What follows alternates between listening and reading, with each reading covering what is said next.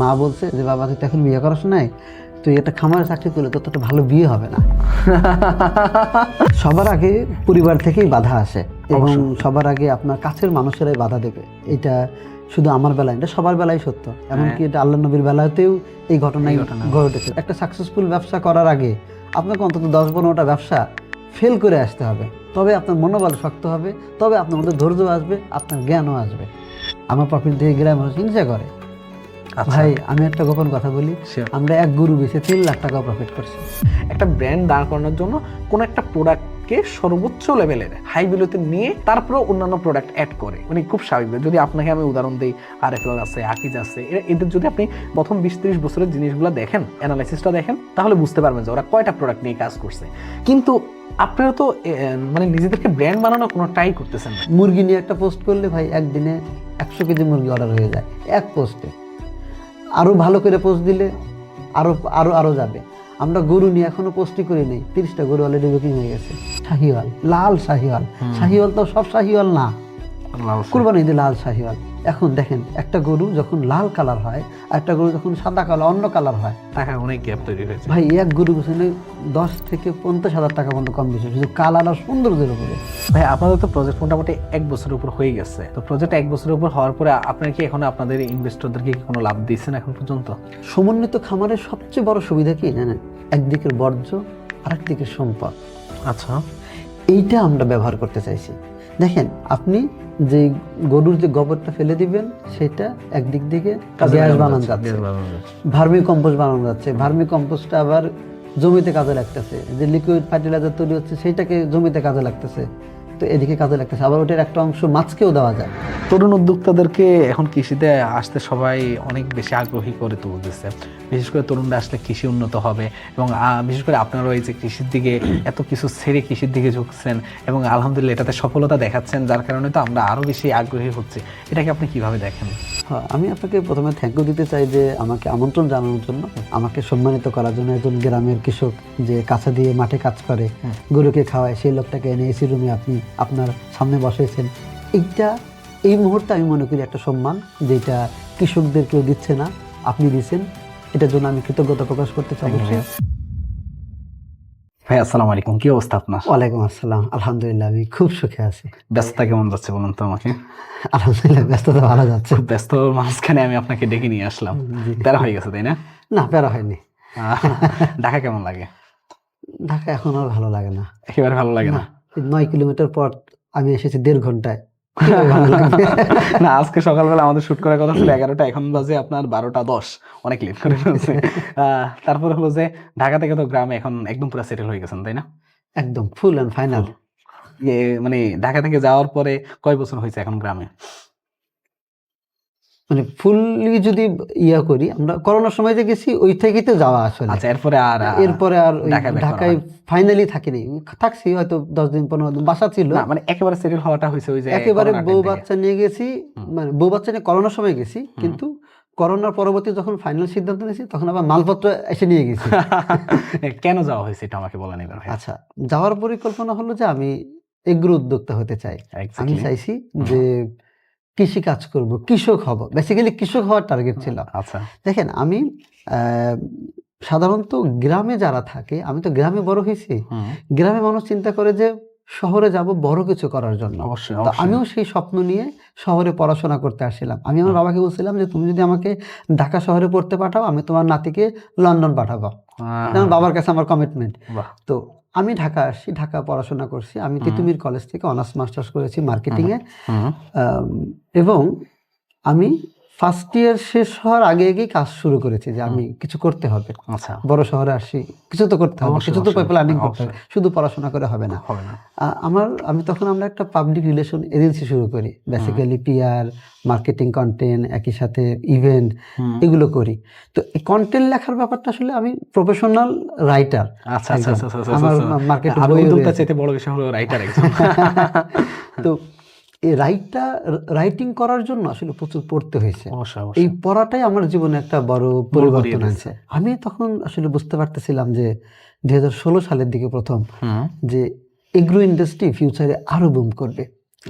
তখন থেকে আমি ছোট ছোট করে শুরু করি। দেখেন করোনার সময় শুরু করা, এটার মানে হলো এই যে এর আগে জুবায়ের ভাই আরো কয়েকবার অ্যাটেম্প দিছে, কিন্তু সে সাকসেসফুলি করতে পারে না, এজন্য মন লাগাতে পারে নাই।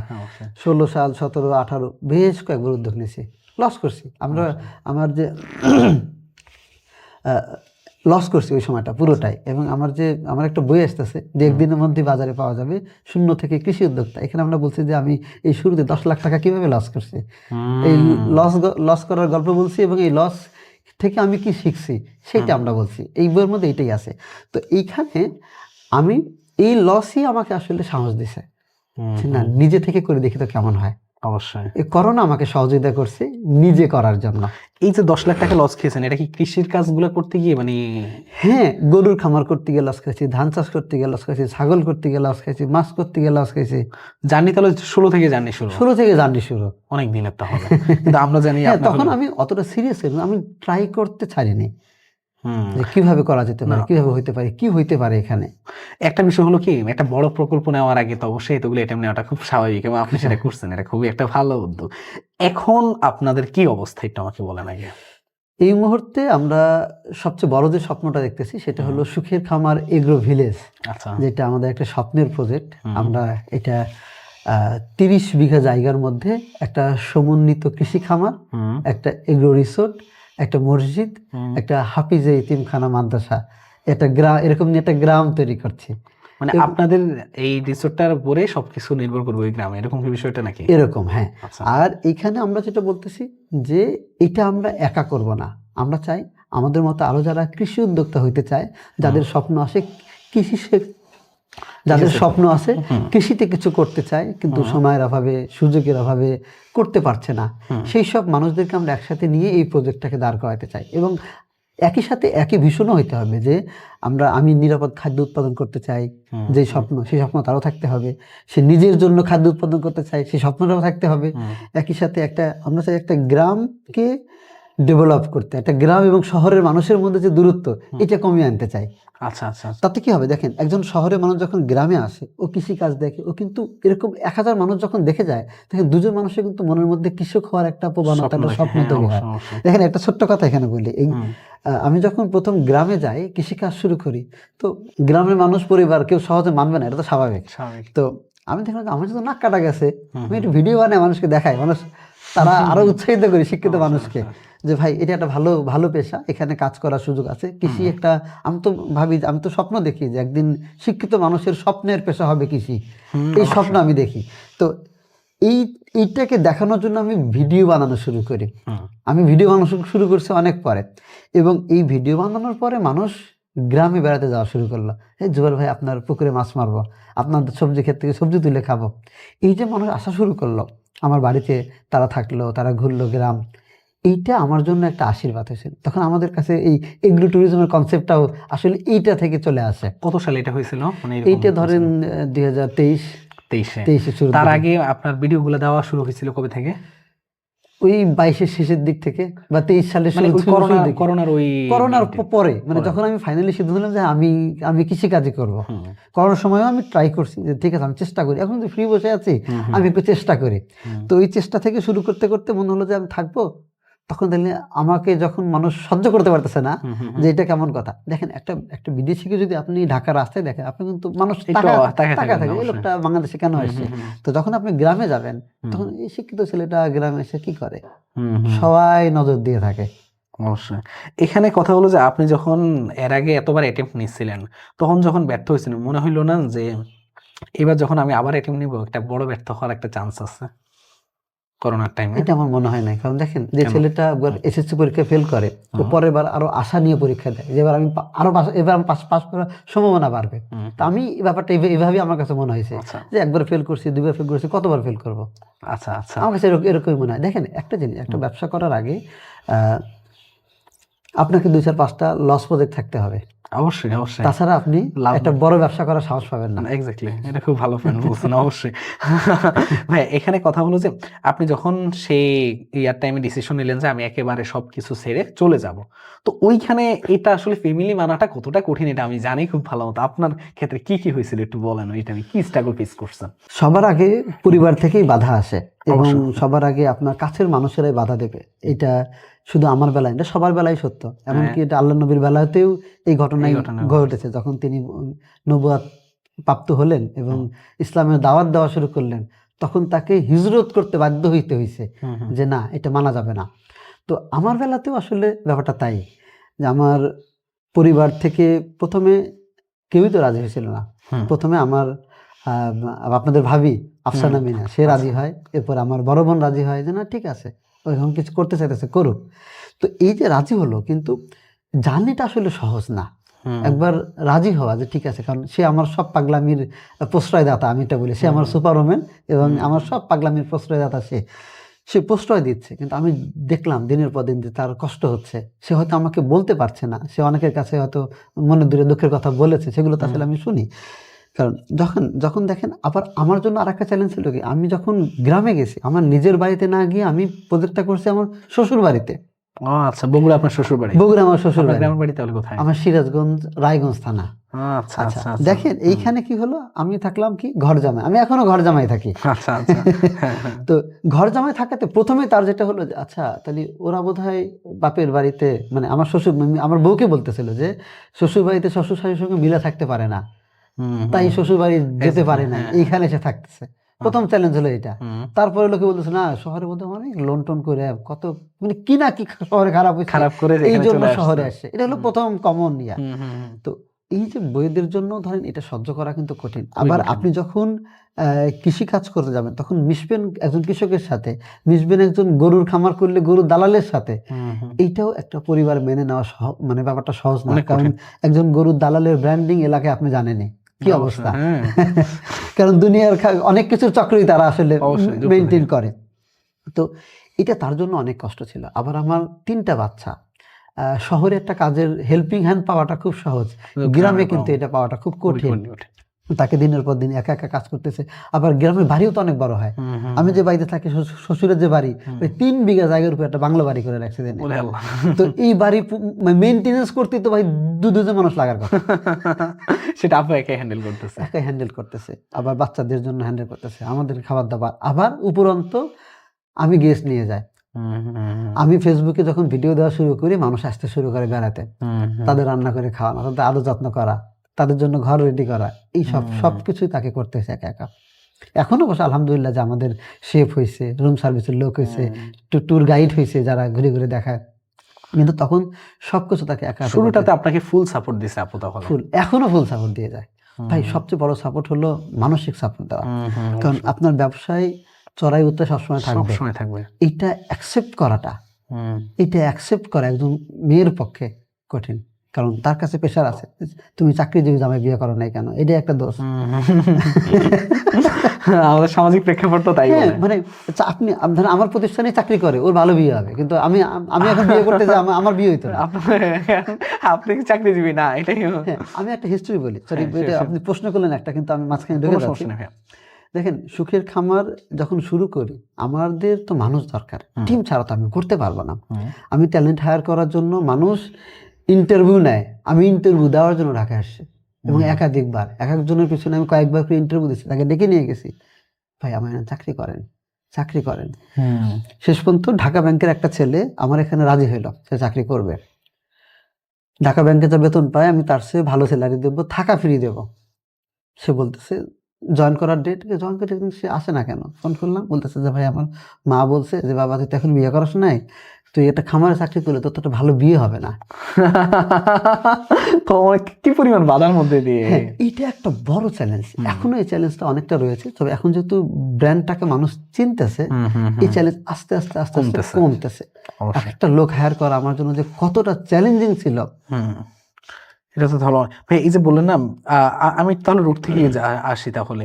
তো এই যে গ্রামের মানুষদের এত বাধা বিপত্তি পেরিয়ে এই যে সামনে আগানো, এইটা আস্তে আস্তে কি মাইন্ডসেট তৈরি হয়েছে নাকি ওই আপু সাপোর্টের কারণে আর কি ইয়া এক হয়েছে? হলো আপুর সাপোর্ট আছে অল টাইম, দুই হলো আমার তো আসলে লিখিত প্ল্যান আমি কি করব। আর গ্রামে একটা বড় চ্যালেঞ্জ কি জানেন, আপনি যখন গ্রামে কিছু করতে যাবেন, গ্রামের মানুষ প্রত্যেক দিন আপনাকে পরামর্শ দেবে আপনি কি করতে চান, তারা ডাজেন্ট কেয়ার, তারা এটা জিজ্ঞাসা করবেন না, কেয়ারও করে না, এসব বলবে, না এরকম না বাবা, এটা এরকম হবে, এটা এরকম হবে। কিন্তু আপনার মাইন্ডসেট থেকে সরা যাবে না। আমি অনেকবার মাইন্ডসেট থেকে সরাই গেছি, কিন্তু আমার যে পার্টনার, যে তাসদিক হাবিব, কো ফাউন্ডার, উনি ঢাকায় থাকে। ঢাকায় থাকে বলে কোনো মাইন্ডসেট ওখানে চেঞ্জটা হয় না। আমি মাঝে মধ্যেই প্রথম দিকে এটা হয় না ভাই, এটা বোধহয় হবে না, এটা এরকম হওয়ার কথা। উনি বলে, জোয়ার ভাই আমাদের প্ল্যান এরকম নাই, আপনি প্ল্যানেই থাকেন।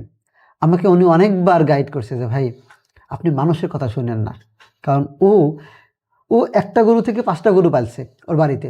ও কিন্তু ভাই 200 গরু পালে নাই, ও কিন্তু ভাই 1000 গরু কোনোদিন করে নাই। অনেক কিন্তু বড় ওর পার্থক্য। ও এটা জানেই না ওটা কিভাবে করতে হয়। ও 5টা গরুর কথাই জানে, কিন্তু ওর মাইন্ডসেটে থাকলে আমরা কিন্তু এটা আমাদের লক্ষ্যে পৌঁছাতে পারবো না। তো কয়েকবার আমাকে কিন্তু এই গাইডটা না করলে আমিও হয়তো আস্তে আস্তে ওদের মাইন্ডসেটে যেতাম। তো গ্রামে যখন কেউ যায় বিজনেস করতে বা এগ্রিকালচার নিয়ে কাজ করতে, তখন গ্রামের সবাই পরামর্শ হয়ে ওঠে। এইটা থেকে দূরে থাকতে হবে ভাই। আমার প্ল্যান, আমার ডায়েরি মতো থাকবে, যে যা বলুক yes thank you thank you. আপনি আমি শেষের দিকে এটা করতাম, বলতাম ভাই আপনি যে আমার জন্য এত কিছু ভাবছেন, আমি খুব খুশি হয়েছি। না, এটা ভালো একটা পরামর্শ যে না, তাকে খুশি করাই দেওয়া হয়েছে। ভাইয়া এখানে একটা ভালো একটা পয়েন্ট আসে, সেটা কি, সেটা হলো যে আপনি যখন সিদ্ধান্ত নিলেন যে আপনি গ্রামে যাবেন, সিরাজগঞ্জে কেন না বগুড়াতে কেন? সেখানে কি মাটি আবহাওয়া যেটা কি স্যুট করে কিনা, এরকম কি কোনো ডিসিশনের কারণে নাকি অন্য কোনো কারণে? আমার গ্রামটা আসলে গ্রাম নাই, আচ্ছা। না শহর না গ্রাম, পৌরসভার মধ্যে চলে যাওয়াতে মোটামুটি একটা শহরের ফ্লেভার। এবং আমার এলাকায় হলো লুঙ্গির জন্য বিখ্যাত, তাঁত শিল্পের জন্য বিখ্যাত। পুরো গ্রামে তাঁত আর তাঁত, ধান ক্ষেতের মধ্যে দেখবেন তাঁত। আচ্ছা আচ্ছা। আর আমার শ্বশুরবাড়ির যে এলাকা, এই এলাকাটা হলো কৃষির জন্য ভালো, খামারের জন্য ভালো, কয়েক দিক থেকে ভালো। আমি বলি দেখেন, আমাদের এই বগুড়া অঞ্চলে সব থেকে ভালো যে চাষ হয় সেটা হলো কাহালু থানা, শিবগঞ্জ থানা, শেরপুর থানা। এইগুলোতে সবচেয়ে ভালো মাটি, বছরে 4 বার ফসল করা যায়, 3 বার তো যে কোনো জমিতে হয়, আপনি যে কোনো ফসল করেন হবে ওখানে। 1, 2 নম্বর হলো খামার ব্যবসার জন্য সবচেয়ে বড় দরকার কি, উন্নত ব্রিডের পশু। অবশ্যই। এইটা আমাদের এলাকায় বর্ডার এলাকা, 32 কিলোমিটার ফাঁকে। এখান থেকে বাড়ি বাড়ি আপনি ভালো মানের গরু পাবেন, হাটগুলোতে ভালো মানের গরু ছাগল পাবেন, দুম্বা পাবেন, যা খুশি তাই পাবেন। আপনি শুধু পছন্দ করে করে কিনে আনতে হবে। এইটা একটা অপরচুনিটি। আর একটা অপরচুনিটি আমি দেখছি যে উত্তরবঙ্গে দুধ উৎপাদন হয় সবচেয়ে বেশি। আপনি জানেন দুধের রাজধানী বলা হয়। অবশ্যই। তো তার মানে কি, এই এলাকার মানুষ কিন্তু অলরেডি এইগুলোর সাথে, পশু পাখির সাথে অভ্যস্ত। এবং গ্রামে গিয়ে দেখবেন, আমার গ্রামে দেখবেন যে 20টা বাড়ির মধ্যে একটা বাড়িতে হয়তো গরু আছে। কিন্তু আমি যে এলাকায় থাকি, এটার নাম হলো বাগুইল গ্রাম, কাহালু থানার পাইকর ইউনিয়ন বাগুইল গ্রামে প্রত্যেকটা বাড়িতে অন্তত 10টা গরু রাখার জায়গা আছে। অন্তত ওরা ছাগল পালে, মুরগি পালে, প্রত্যেকে কৃষক। এইটা আমার জন্য অপরচুনিটি। এইখানে আমাদের ছোট্ট ধরেন 5টা দোকান নিয়ে একটা বাজার, এখানে একটা মুদির দোকান থাকবে, একটা গরুর খাদ্য এবং গরুর ওষুধের দোকান থাকবে। গরু মিন্স পশুর। অবশ্যই বুঝতে পেরেছে।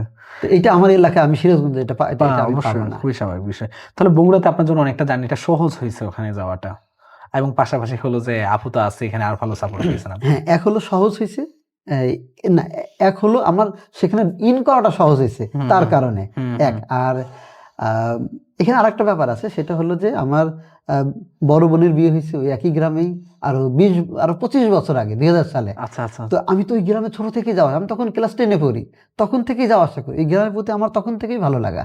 আচ্ছা আচ্ছা আচ্ছা। তো তখন থেকেই ভালো লাগা, কাজে এই জন্য আমি যত এগ্রিকালচার যা ট্রাই করেছি সব ওখানেই করেছি, আমার জন্য সহজ হয়েছে। 2 নম্বর হলো আমি যখন ইন করতে গেছি যে অপরচুনিটি কোথায় বেশি, ওইখানে বেশি, এই জন্য গেছি। আর এখন তো আশা করি যে এখন বর্তমান যে সময়, এখন অপরচুনিটি আমাদের জন্য আরো ভালো। অবশ্যই। এখন অনেক কিছুই, এখন 4 লেন হচ্ছে আমাদের অলরেডি, মানে প্রায় শেষের পথে। রেল লাইনের কাজ শুরু হয়েছে, এয়ারপোর্ট হচ্ছে, ওখানে ইউনিভার্সিটি হচ্ছে, আশা করি ফিউচারে আমাদের ট্যালেন্ট হায়ার করতে ঢাকা আসা লাগবে না। না, অবশ্যই অবশ্যই। না, আপনাদের উদ্যোগগুলো আমার দেখা হয়, অনেক বেশি ভালো ভালো উদ্যোগ নিচ্ছেন ভাইয়া। এখন ভাইয়া কি কি হচ্ছে একটু আমাকে বলেন, আপনাদের একদম ওভারঅল কি কি আপনাদের খামারে কি কি আছে বা সামনে কি কি প্ল্যানিং আছে, যদি একটা ভালোভাবে আমাকে ধারণা দিতেন। আচ্ছা, এই মুহূর্তে আমরা যেটা চাষ করতেছি, আমরা গরু করতেছি। আমাদের এই মুহূর্তে গরুর, আমি তো আসলে প্রথমে আগে টার্গেট ক্লায়েন্ট ঠিক করি যে কার জন্য গরু পালবো, তাদের জন্য গরু আছে। অবশ্যই অবশ্যই। আমাদের প্রথম টার্গেট থাকে কোরবানি, হুম। খামারি এবং যারা এই সিমেন্ট বিক্রি করে এমন কোম্পানি, এদের এই তিন ধরনের মানুষের জন্য আমরা গরু লালন পালন করি। সেই আমাদের গরু আছে খামারে, আমাদের ছাগল আছে, দুম্বা আছে, ভেড়া আছে, গারল আছে। তবে ছাগল, ভেড়া, দুম্বা, গারলের টার্গেট হলো বাচ্চা উৎপাদন, পিওর ব্রিডের বাচ্চা উৎপাদন করতে চাই আমরা। বাংলাদেশে বহু খামারিদের একটা চ্যালেঞ্জ হলো তারা ভালো ব্রিডের বাচ্চা পায় না। হ্যাঁ, অবশ্যই। এটা আসলেই চ্যালেঞ্জ, বাস্তবিক চ্যালেঞ্জ, এটা বাস্তবিক চ্যালেঞ্জ, এটা কল্পনার কোনো চ্যালেঞ্জ না। অবশ্যই। তো আমরা তাদের হেল্প করতে চাই। আমরা এগুলো আসলে বাইরে লোকালি বিক্রি করতে চাই না, আমরা চাই এই খামারিরা যেন ভালো জাতের পায়। আমাদের এখানে আছে হলো মাছ, 2 ধরনের মাছ করতেছি আমরা, পুকুরে করতেছি, আমরা বটম ক্লিনিং টেকনোলজি ব্যবহার করে মাছ চাষ করতেছি। মাছ চাষ করি আমরা এখানে। গরুর খাদ্য উৎপাদনের জন্য আমরা করি হাইড্রোফনিক্স, ঘাস চাষ করি। গরুর খাদ্য উৎপাদনের জন্য আমরা হাইড্রোফনিক ঘাস চাষ করি। এটা খুবই ভালো কাজ করতেছে আমাদের জন্য। আর এগ্রো ট্যুরিজম করি আমরা, একটা কটেজ বানাইছি যেখানে শহরের মানুষ গ্রামে বেড়াতে আসতে পারে। এটার প্রতি আমার অনেক বেশি ইন্টারেস্ট, মানে অনেক বেশি, একটু ভালো মতো জানবো এটা নিয়ে। তাহলে তো অনেকগুলা জিনিস একসাথে করা হচ্ছে, অনেকগুলা জিনিস। ভাই এখানে আমি আপনাকে এর আগে মানে শুরু হওয়ার আগে বলতেছিলাম যে এত অল্প জায়গায় এত এত প্রজেক্টের আপনারা চিন্তা ভাবনা করছেন। এখন একটা প্রশ্ন আসে কি, আপনাদের ওইদিকে জায়গার দাম কি কম না বেশি, একটু আমাকে এটা বলেন। জায়গার দাম তো আসলে বাবলের মতো, আপনার যেটা দরকার সে জায়গার দাম একরকম, আর আপনার যখন বিক্রি করা দরকার তখন জায়গার দাম একরকম। এটা একটা হাইপ, যখন আমি একসাথে জায়গা কেনা ধরছি, জায়গার দাম কেউ ছাড়বে না, একটু বেশি দিয়ে কিনতে হবে। মানে 30 বিঘা আপনি 30 জায়গায় কেনেন এক দাম, কিন্তু 30-40 বিঘা একসাথে কেনেন এটার দামটা বেশি। কাজে দাম কম বা বেশি এটাতে বিবেচনা করাটাই আসলে কঠিন, আমার জায়গা লাগবে, এইটা সবচেয়ে বেশি ইম্পর্টেন্ট। আচ্ছা, এটা আমি কেন জানতে চাইছি, 30 বিঘা জমি আপনি যদি দাম বেশি দিয়ে কিনেন, এর পাশাপাশি এই যে অল্প অল্প জায়গায় অল্প অল্প চাষাবাদ করতেছেন, আলটিমেটলি কি প্রফিটের দেখাটা কি খুব বেশি পাওয়া পসিবল? আপনি আমার পয়েন্টটা ধরতে পারছেন? যেমন আপনি ধরুন একটা বড় জায়গায় একটা জিনিস চাষাবাদ করতেছেন বা একটা জিনিসের পিছনে আপনি ভালো মতো সব অ্যানালাইসিস করে নামতেছেন, এটা এক জিনিস। আর একটা হলো এই অল্প জায়গার মধ্যে আপনি 30টা জিনিসকে ট্রাই করতেছেন ছোট ছোট জায়গায়, যেখানে লাভের পরিমাণটা বের করাটা খুবই চ্যালেঞ্জিং আমার চোখে আপনাদের জন্য। তাহলে এইটা কি আদৌ পসিবল হচ্ছে কিনা, কিভাবে আসলে আপনারা করতেছেন, আমার মাথায় ঢোকে না আসলে। এটা একটা খুবই সুন্দর প্রশ্ন। আমি তাহলে ছোট্ট করে একটু ভেঙে ভেঙে বলি আপনাকে। আমরা বলতেছি যে আমাদের 30 বিঘার 15 বিঘার মধ্যে আমরা রিসোর্ট করব, 15 বিঘার মধ্যে আমরা খামার করব। দুটোরই জায়গা একটু করে বাড়তেছে যদিও। আমি একটু বলি হিসাবটা আপনি বোঝেন। দেখেন, আমরা যে গরুর খামারটা করতেছি এটা 4 বিঘা জায়গা জুড়ে, যেখানে নিচে 400 গরু থাকবে, উপরে হাইড্রোফনিক ঘাস চাষ হবে। তার মানে কি আমাদের 4 বিঘা 8 বিঘা ব্যবহার করার সুযোগ পেলাম। হিসাবটা সহজ কিনা? আবার উপরের 4 বিঘার মধ্যে 4 বিঘার যে উপরের শেড, এইখানে যে আমরা ঘাস চাষ করতে পারবো। এখন আমাদের এই হাইড্রোফনিক ঘাস চাষ করার জন্য যে জায়গাটা, এটা 1000 স্কোয়ার ফিট।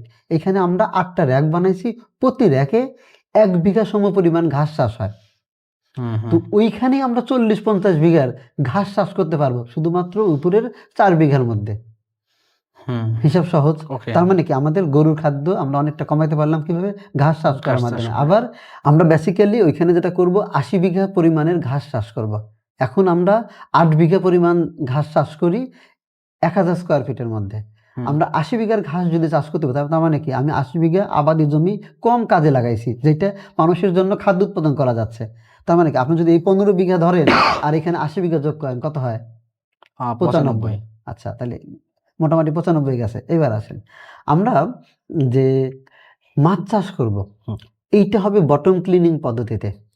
এইটা ইতিমধ্যে আমরা করছি ছোট আকারে। এইখানে আমরা 20,000 লিটার ট্যাঙ্কে আমরা মাছ চাষ করব। ছোট ছোট করে আমরা হয়তো 10,000 বা 20,000 লিটার ট্যাঙ্ক করব। এখন আমরা 7,500 লিটারের ট্যাঙ্ক করেছি। এরকম এক একটা 10,000 লিটার ট্যাঙ্কে চাইনালারা 2 বিঘার পরিমাণ পুকুরের মাছ চাষ করতে পারতেছে, আমরা সেটাও বাদ দিছি যে 20,000 লিটার ট্যাঙ্কি আমরা 200 বিঘার মাছ এখান থেকে চাষ করতে পারবো। তার মানে কত হলো দেখেন, হিসাব করেন এবার। এদিকে ছিল 95, এদিকে 200, 295 বিঘার চাষ কিন্তু আমরা অলরেডি এই 4 বিঘা আর এই 4 বিঘার মধ্যে করতে পারতেছি। এইটা অবশ্যই প্রমাণিত। আমাদের 7,500 লিটার ট্যাঙ্কির মধ্যে আমরা মাছ দিচ্ছি কত, 20,500 মাছ। আপনি একটা পুকুরে 1 বিঘার একটা পুকুরে মাছ দিয়ে দেখেন 20,500 মাছ আপনি দিতে পারবেন না। আমাদের 2 বিঘার পুকুরে, আমরাকে 2 বিঘার পুকুরে 4,500 মানে 4,500 5,000 মাছ দিলে মনে হয় যে পুকুর ভরে গেছে। তখন আবার লেয়ার খুঁজতে হয় যে তাহলে আমরা বিভিন্ন লেয়ারে লেয়ারে মাছ দিই। তাহলে 295 বিঘার চাষ কিন্তু অলরেডি হচ্ছে। আমরা কিন্তু শুধুমাত্র আমাদের খামারে চাষ করছি তা না, আমরা জমিও বাঁচাইতেছি ভাই আপনার খাদ্য উৎপাদন করার জন্য। আচ্ছা, এরপর আমরা কি করব, আমরা 4 বিঘার মধ্যে আমরা ছাগল এবং দুম্বা গারলের খামার করার যে প্রস্তুতি নিচ্ছি। এখন আমাদের ছোট আকারে আছে যেটা আমরা বানাচ্ছি। এইটার মধ্যে আপনি দেখেন আমরা যে শেড প্ল্যান করছি, আমরা আমাদের উপদেষ্টা আছে তাদের পরামর্শ এবং একজন চমৎকার আর্কিটেকচার যারা ডিজাইন করতেছে যে ওরা পুরো কমফোর্ট পাবে, পুরো খোলামেলা জায়গা পাবে। এবং এইখানে আমরা শুধু প্রথমে 4 বিঘার মধ্যেই হবে আমাদের 500 500 1000, এবং তারা আবার প্রতি বছর বাচ্চা দেবে, এই বাচ্চা সহ তারা থাকতে পারবে। লাগলে আমরা উপরের দিকে ভার্টিক্যালি চলে যাব। ভার্টিক্যালি ছাগল পালন করা যায়, আপনি জানেন, আমরা জানি, এবং এটা পৃথিবীর বিভিন্ন দেশে করতেছে, সাকসেসফুলি করতেছে। তার মানে আমাদের দেখেন অলরেডি 15 বিঘার মধ্যে 300 বিঘার ব্যবস্থা আমরা করছি। এরপরে আমাদের কি থাকবে, আমরা বায়োগ্যাসের জন্য একটা প্ল্যান্টেশন করতেছি, বায়োগ্যাস উৎপাদন করব। আমরা বছরে 1000 ঘনমিটার বায়োগ্যাস উৎপাদন করতে চাই। পৃথিবীর জ্বালানি যেখানেই যাক আমাদের এখানে 1000 লিটার বায়োগ্যাস উৎপাদন হবে, 1000 ঘনমিটার। এইটা উৎপাদন করার সাথে সাথে আমাদের এখানে প্রায় 3 লক্ষ লিটার লিকুইড ন্যাচারাল ফার্টিলাইজার উৎপাদন হবে, যেইটা আমরা কৃষি জমিতে ব্যবহার করতে পারবো। হয় আমরা আমাদের প্রয়োজনীয় জমিতে ব্যবহার করব, অথবা আমরা এটা বিক্রি করে দেব, বিক্রি করলেও দাম আছে। আচ্ছা, এর সাথে আমরা আমাদের যে শেটের উপরে যা থাকবে সব আমরা সোলার প্যানেল দিয়ে ভরিয়ে দেব। আমাদের 1 মেগাওয়াট বিদ্যুৎ উৎপাদন করব আমরা, যেইখানে প্রায় 3-3.5 বিঘার পরিমাণ জায়গা লাগবে। আমাদের শেড এর চেয়ে বড় আছে, একটা দুইটা শেডে আমরা পুরোটা সোলার দিয়ে দেব। তার মানে কি আমরা এখানে আরো 3-4.5 বিঘার জায়গা আমরা সেভ করলাম, যেটা সোলার প্যানেল বসানো লাগতো। তার মানে কি অলরেডি 4 বিঘে গেলে 399। হিসাব করে দেখেন, 300 না 299। তো এবার আপনি হিসাব করেন 1 মেগাওয়াট বিদ্যুৎ পাচ্ছি আমরা, বায়োগ্যাস পাচ্ছি আমরা, মাছ পাচ্ছি আমরা, ছাগল দুম্বা গারল পাচ্ছি, এবং আমরা গরু পাচ্ছি, এখানে উৎপাদন করতে পারতেছি। এইটা হলো আমাদের এই খামারের মধ্যে এটা করব। দেখেন আমি সেই সব প্রোডাক্ট করব না যেসব হাই ভ্যালু না, আমরা শুধু সেই সব প্রোডাক্ট উৎপাদন করতেছি যেগুলো হাই ভ্যালু হাই প্রফিট। এছাড়া হ্যাঁ, আপনি যেহেতু একটা কথা হয়তো পরবর্তীতে এখনই প্রশ্ন করবেন যে আপনারা যে বলতেছেন আপনাদের সঙ্গে যারা পার্টনারশিপে আছে তাদেরকে আপনি খাদ্য খাওয়াবেন, তাহলে এই আপনি হয়তো 3-4টা জিনিস উৎপাদন করবেন। ভাই আমরা তো 5 বছর ধরে ট্রাই করে দেখছি কোনগুলোতে হাই প্রফিট হয়। আপনি আমার সঙ্গে মিলবেন যে এই 3-4টা যা বলছি সবসময় হাই প্রফিট, হ্যাঁ অবশ্যই সবসময়। তো এগুলো আমরা করব। আর বাকিগুলো আমাদের সুখের খামার ফাউন্ডেশন আছে, এই ফাউন্ডেশন এটা রেজিস্টার্ডকৃত ফাউন্ডেশন, যেটা দিয়ে আমরা কৃষি এবং কৃষকের জন্য কাজ করি। আমরা ইতিমধ্যেই গ্রামের মহিলাদেরকে একসাথে করেছি, যাদের বাড়িতে গরু পালার জায়গা আছে, যারা গরু পালতে সক্ষম, এদেরকে আমরা নিয়ে এসে ট্রেনিং দিছি, এবং এদেরকে আমরা গরু কিনে দিছি। এদেরকে আমরা গরুর খাদ্য কিনে দেই, গরুর চিকিৎসা দেই, প্রতিনিয়ত তাদের গরুগুলো আমরা পর্যবেক্ষণ করে আসি, তাদের আমরা মান্থলি পেমেন্ট করি। এই মহিলারা ঘরে বসে এখন কর্মসংস্থান পাচ্ছে। এইটা হলো আমাদের একটা লক্ষ্য যে আমরা কৃষকদেরকে একসাথে করবো। প্রথমে আমরা মহিলাদের নিয়েছি, কারণ আমরা যেটা করবো আমরা পরিবার কেন্দ্রিক করবো ব্যাপারটা। মহিলারা আসা মানে একটা পরিবার চলে আসে। এরপরে ওই পরিবারের কৃষকটাকেও আমরা একসাথে করবো যে ভাই আমরা হ্যাঁ এই 10 জন আমরা শুধু কাটারি ভোগ চাল করব। ভাই আমার এখানে যারা যায় কাটারি ভোগ খায় তারা মুগ্ধ হয়ে যায়, কাটারি ভোগ চাল করব আমাদের শেয়ার হোল্ডারদের জন্য। আমরা আর একটা গ্রুপ করবো যে ভাই আমরা শুধু টমেটো করব, আমরা শুধু বেগুন করব। তার মানে কি আমাদের ফর্মুলা মেনে তারা চাষ করবে, আমরা তাদের ট্রেনিং দেবো, তাদের প্রয়োজনীয় টাকা দেবো, কিন্তু শর্ত থাকবে একটা যে আপনার উৎপাদিত পণ্য আমরা কিনবো, মার্কেট প্রাইসে কিনবো, আপনার টেনশন নাই বিক্রি নিয়ে। এই খাদ্যটা আমরা আমাদের শেয়ার হোল্ডারদের পোষাবো। হিসাব খুব সহজ, যেগুলোতে কম প্রফিট কৃষক করতেছে নিয়মিত, ভাই ওটা আপনিই করেন, কিন্তু আমার দেখানো পদ্ধতিতে। বুঝায় বলতে পারলাম কি? আমি বুঝতে পারছি ভাইয়া। আমার যেটা মনে হলো কি, আপনারা আধুনিকায়নকে অনেক প্রায়োরিটি দিচ্ছেন আপনাদের খামারে, যার কারণে আপনি বলতেছেন যে 30 বিঘার মধ্যে আমরা আরো অনেক বড় একটা ভার্সেটাইল জিনিস নিয়ে কাজ করতে পারতেছি। দেখেন, আমি এইটাই বলতে চাচ্ছিলাম যে পৃথিবীতে এসব টেকনোলজি আছে, চায়না ব্যবহার করে ভাই, চায়না সবচেয়ে বেশি মাছ ইম্পোর্ট করে এই বটম ক্লিনিং টেকনোলজিতে মাছ চাষ করে ওরা এক্সপোর্ট করে। এইটা ভিয়েতনামে একই ঘটনা ঘটতেছে, থাইল্যান্ডে একই ঘটনা ঘটতেছে। তো ভাই বাংলাদেশেও তো এটা নতুন না, বিভিন্ন জন বিভিন্নভাবে ব্যবহার করতেছে। এবং আমাদের সঙ্গে 3 জন উপদেষ্টা আছে যারা কৃষিতে 30-35 বছরের এক্সপার্টাইজ তাদের রয়েছে। ডক্টর কোহিনুর স্যার আমাদের মাছ নিয়ে সরাসরি মাছ নিয়ে কথা বলতেছিলাম কিছুক্ষণ আগে। উনি মানে বাংলাদেশে মাছ সম্পর্কে বেশি জানে এমন লোক আসলে ওনার চেয়ে বেশি নাই। এবং আমাদের যে এই যে তেলাপিয়ার মনোসিক্স বা তেলাপিয়া যতগুলো ভেরিয়েন্ট আছে মোটামুটি সবগুলো তার হাত দিয়ে তৈরি হয় বাংলাদেশে। এবং বটম দেখেন একটা জিনিস, মানুষ বায়োফ্লক্স, আমরা বায়োফ্লক্সের প্রথম পরিকল্পনা করি, স্যার এসে বললেন বায়োফ্লক্সে হবে না, কারণ মানুষ এটা ফেল করতেছে, ফেলের রেশিও বেশি। কি হবে? বটম ক্লিনিং হবে। তাও স্যার বটম ক্লিনিংয়ে তো অনেকে ফেল করতেছে, বলে ফেল করছে তারা কিছু ভুল করছে। তারা বটম ক্লিনিং টেকনোলজিতে তেলাপিয়া চাষ করে। তেলাপিয়াতে 2টা সমস্যা উনি বলতেছে, যে একটা হলো এই মাছ আপনি হয়তো 5,000 মাছ দিলেন, 10,000 মাছ দিলেন, এই মাছটা যখন বড় হয় বেশি বড় হয়, তার মানে ও কিন্তু অনেক জায়গা লাগে, ওর জন্য অক্সিজেনের পরিমাণ বেশি দিতে হয়। আবার ওকে যখন বেচেন ওর দামও কম। আপনি করবেন কি, ছোট মাছ কিন্তু দামি মাছ, ট্যাংরা মাছ, গুলশা মাছ, গলদা চিংড়ি, এই 3টা মাছ করবেন, সারা জীবন লস করবেন না, সারা জীবন লাভ করবেন। তো হিসাব তো ভাই আপনাকে টেকনোলজি জানতে হবে, এক্সপার্ট জানতে হবে যে কোনটা দিয়ে আসলে হবে। আমরা 1 বছর ধরে এই ময়মনসিংহ কৃষি বিশ্ববিদ্যালয়ে গেছি, আমরা 1 বছর বাংলাদেশ কৃষি বিশ্ববিদ্যালয়ে গেছি, ডক্টর কোহিনুর স্যার আমাদের নিয়মিত দেখাইছে যে এটা কীভাবে হয়, ওইটা কীভাবে হয়। আমরা এসে করছি এবং প্রতিনিয়ত চ্যালেঞ্জ ফেস করতেছি। তেইলে করতে করতে একটা সময় আমরা অভ্যস্ত হয়ে যাবো। উনি বলতেছে এখন দিছি 20,000 মাছ, মাছের সংখ্যা আরো বাড়াবো, আপনারা শেখা শেষ হোক। মানে আপনারা যে জিনিসটা করতেছেন সেটা হলো যে অভিজ্ঞতা সম্পন্ন মানুষদেরকে পাশে রাখতেছেন, যারা আপনাদেরকে সবসময় গাইডের মধ্যে রাখতেছে, যার কারণে আপনাদের সম্ভাবনাটা অনেক ভালো থাকে। হ্যাঁ, এইটাই হলো ব্যাপার। দেখেন একটা জিনিস মানুষ আমাকে প্রশ্ন করবে, আপনি কি কৃষি নিয়ে পড়াশোনা করছেন? বলে না, আমি তাসজিদ ভাই দুজনে কেউ কৃষি না, আমরা দুজনে কেউ কৃষক না। কিন্তু আপনার ভীষণ কৃষি নিয়ে অনেক বেশি। আমাদের ভীষণ কৃষি নিয়ে, আমরা পিওর বিজনেসের লোক। আমরা চাইছি এগ্রিকালচারকে একটা বিজনেস ইন্ডাস্ট্রি বানাই। এটা একটা ইন্ডাস্ট্রি, এটা মানে একটা পিওর ইন্ডাস্ট্রি। সেইখানে আমরা আছি বিজনেস করতে এবং ইথিক্যাল বিজনেস করতে, যেন খাদ্যটা নিরাপদ হয়। কৃষক বুঝে না বুঝে অনিরাপদ করে। অনেক সময় সবাই মানে বুঝে করে এমন না, অনেক সময় কৃষক না বুঝেও করে, কিন্তু আমরা বুঝে খাদ্য নিরাপদ করব। প্রথম মিশন হলো নিরাপদ খাদ্য উৎপাদন করব। ভাই এখন আমার একটা প্রশ্ন আছে, এই যে আপনি বলতেছিলেন যে 15 বিঘার মধ্যে এত কিছু করা সম্ভব কিনা, আমার কথা শুনে আপনার কি মনে হলো, সম্ভব কি সম্ভব না? আচ্ছা, আমি নিজে মানে সামনে এগ্রিকালচারিস্ট হব ইনশাল্লাহ, আল্লাহ চাইলে। তো ওই হিসাবে আপনাদের যেরকম আধুনিকায়নের দিক থেকে প্রায়োরিটি বা সবকিছু মিলিয়ে অভিজ্ঞতাকে আপনারা প্রায়োরিটি দিচ্ছেন, ওই হিসাবে সম্ভব। কিন্তু আরো কিছু প্রশ্নের পরে আমি এটা আপনাকে উত্তর দিব ইনশাল্লাহ। আরো কিছু প্রশ্ন আপনাকে আমি করি ভাইয়া। সেটা হলো যে আজকে একটা মানে একটু মানে অন্যরকম আড্ডা হবে ইনশাল্লাহ।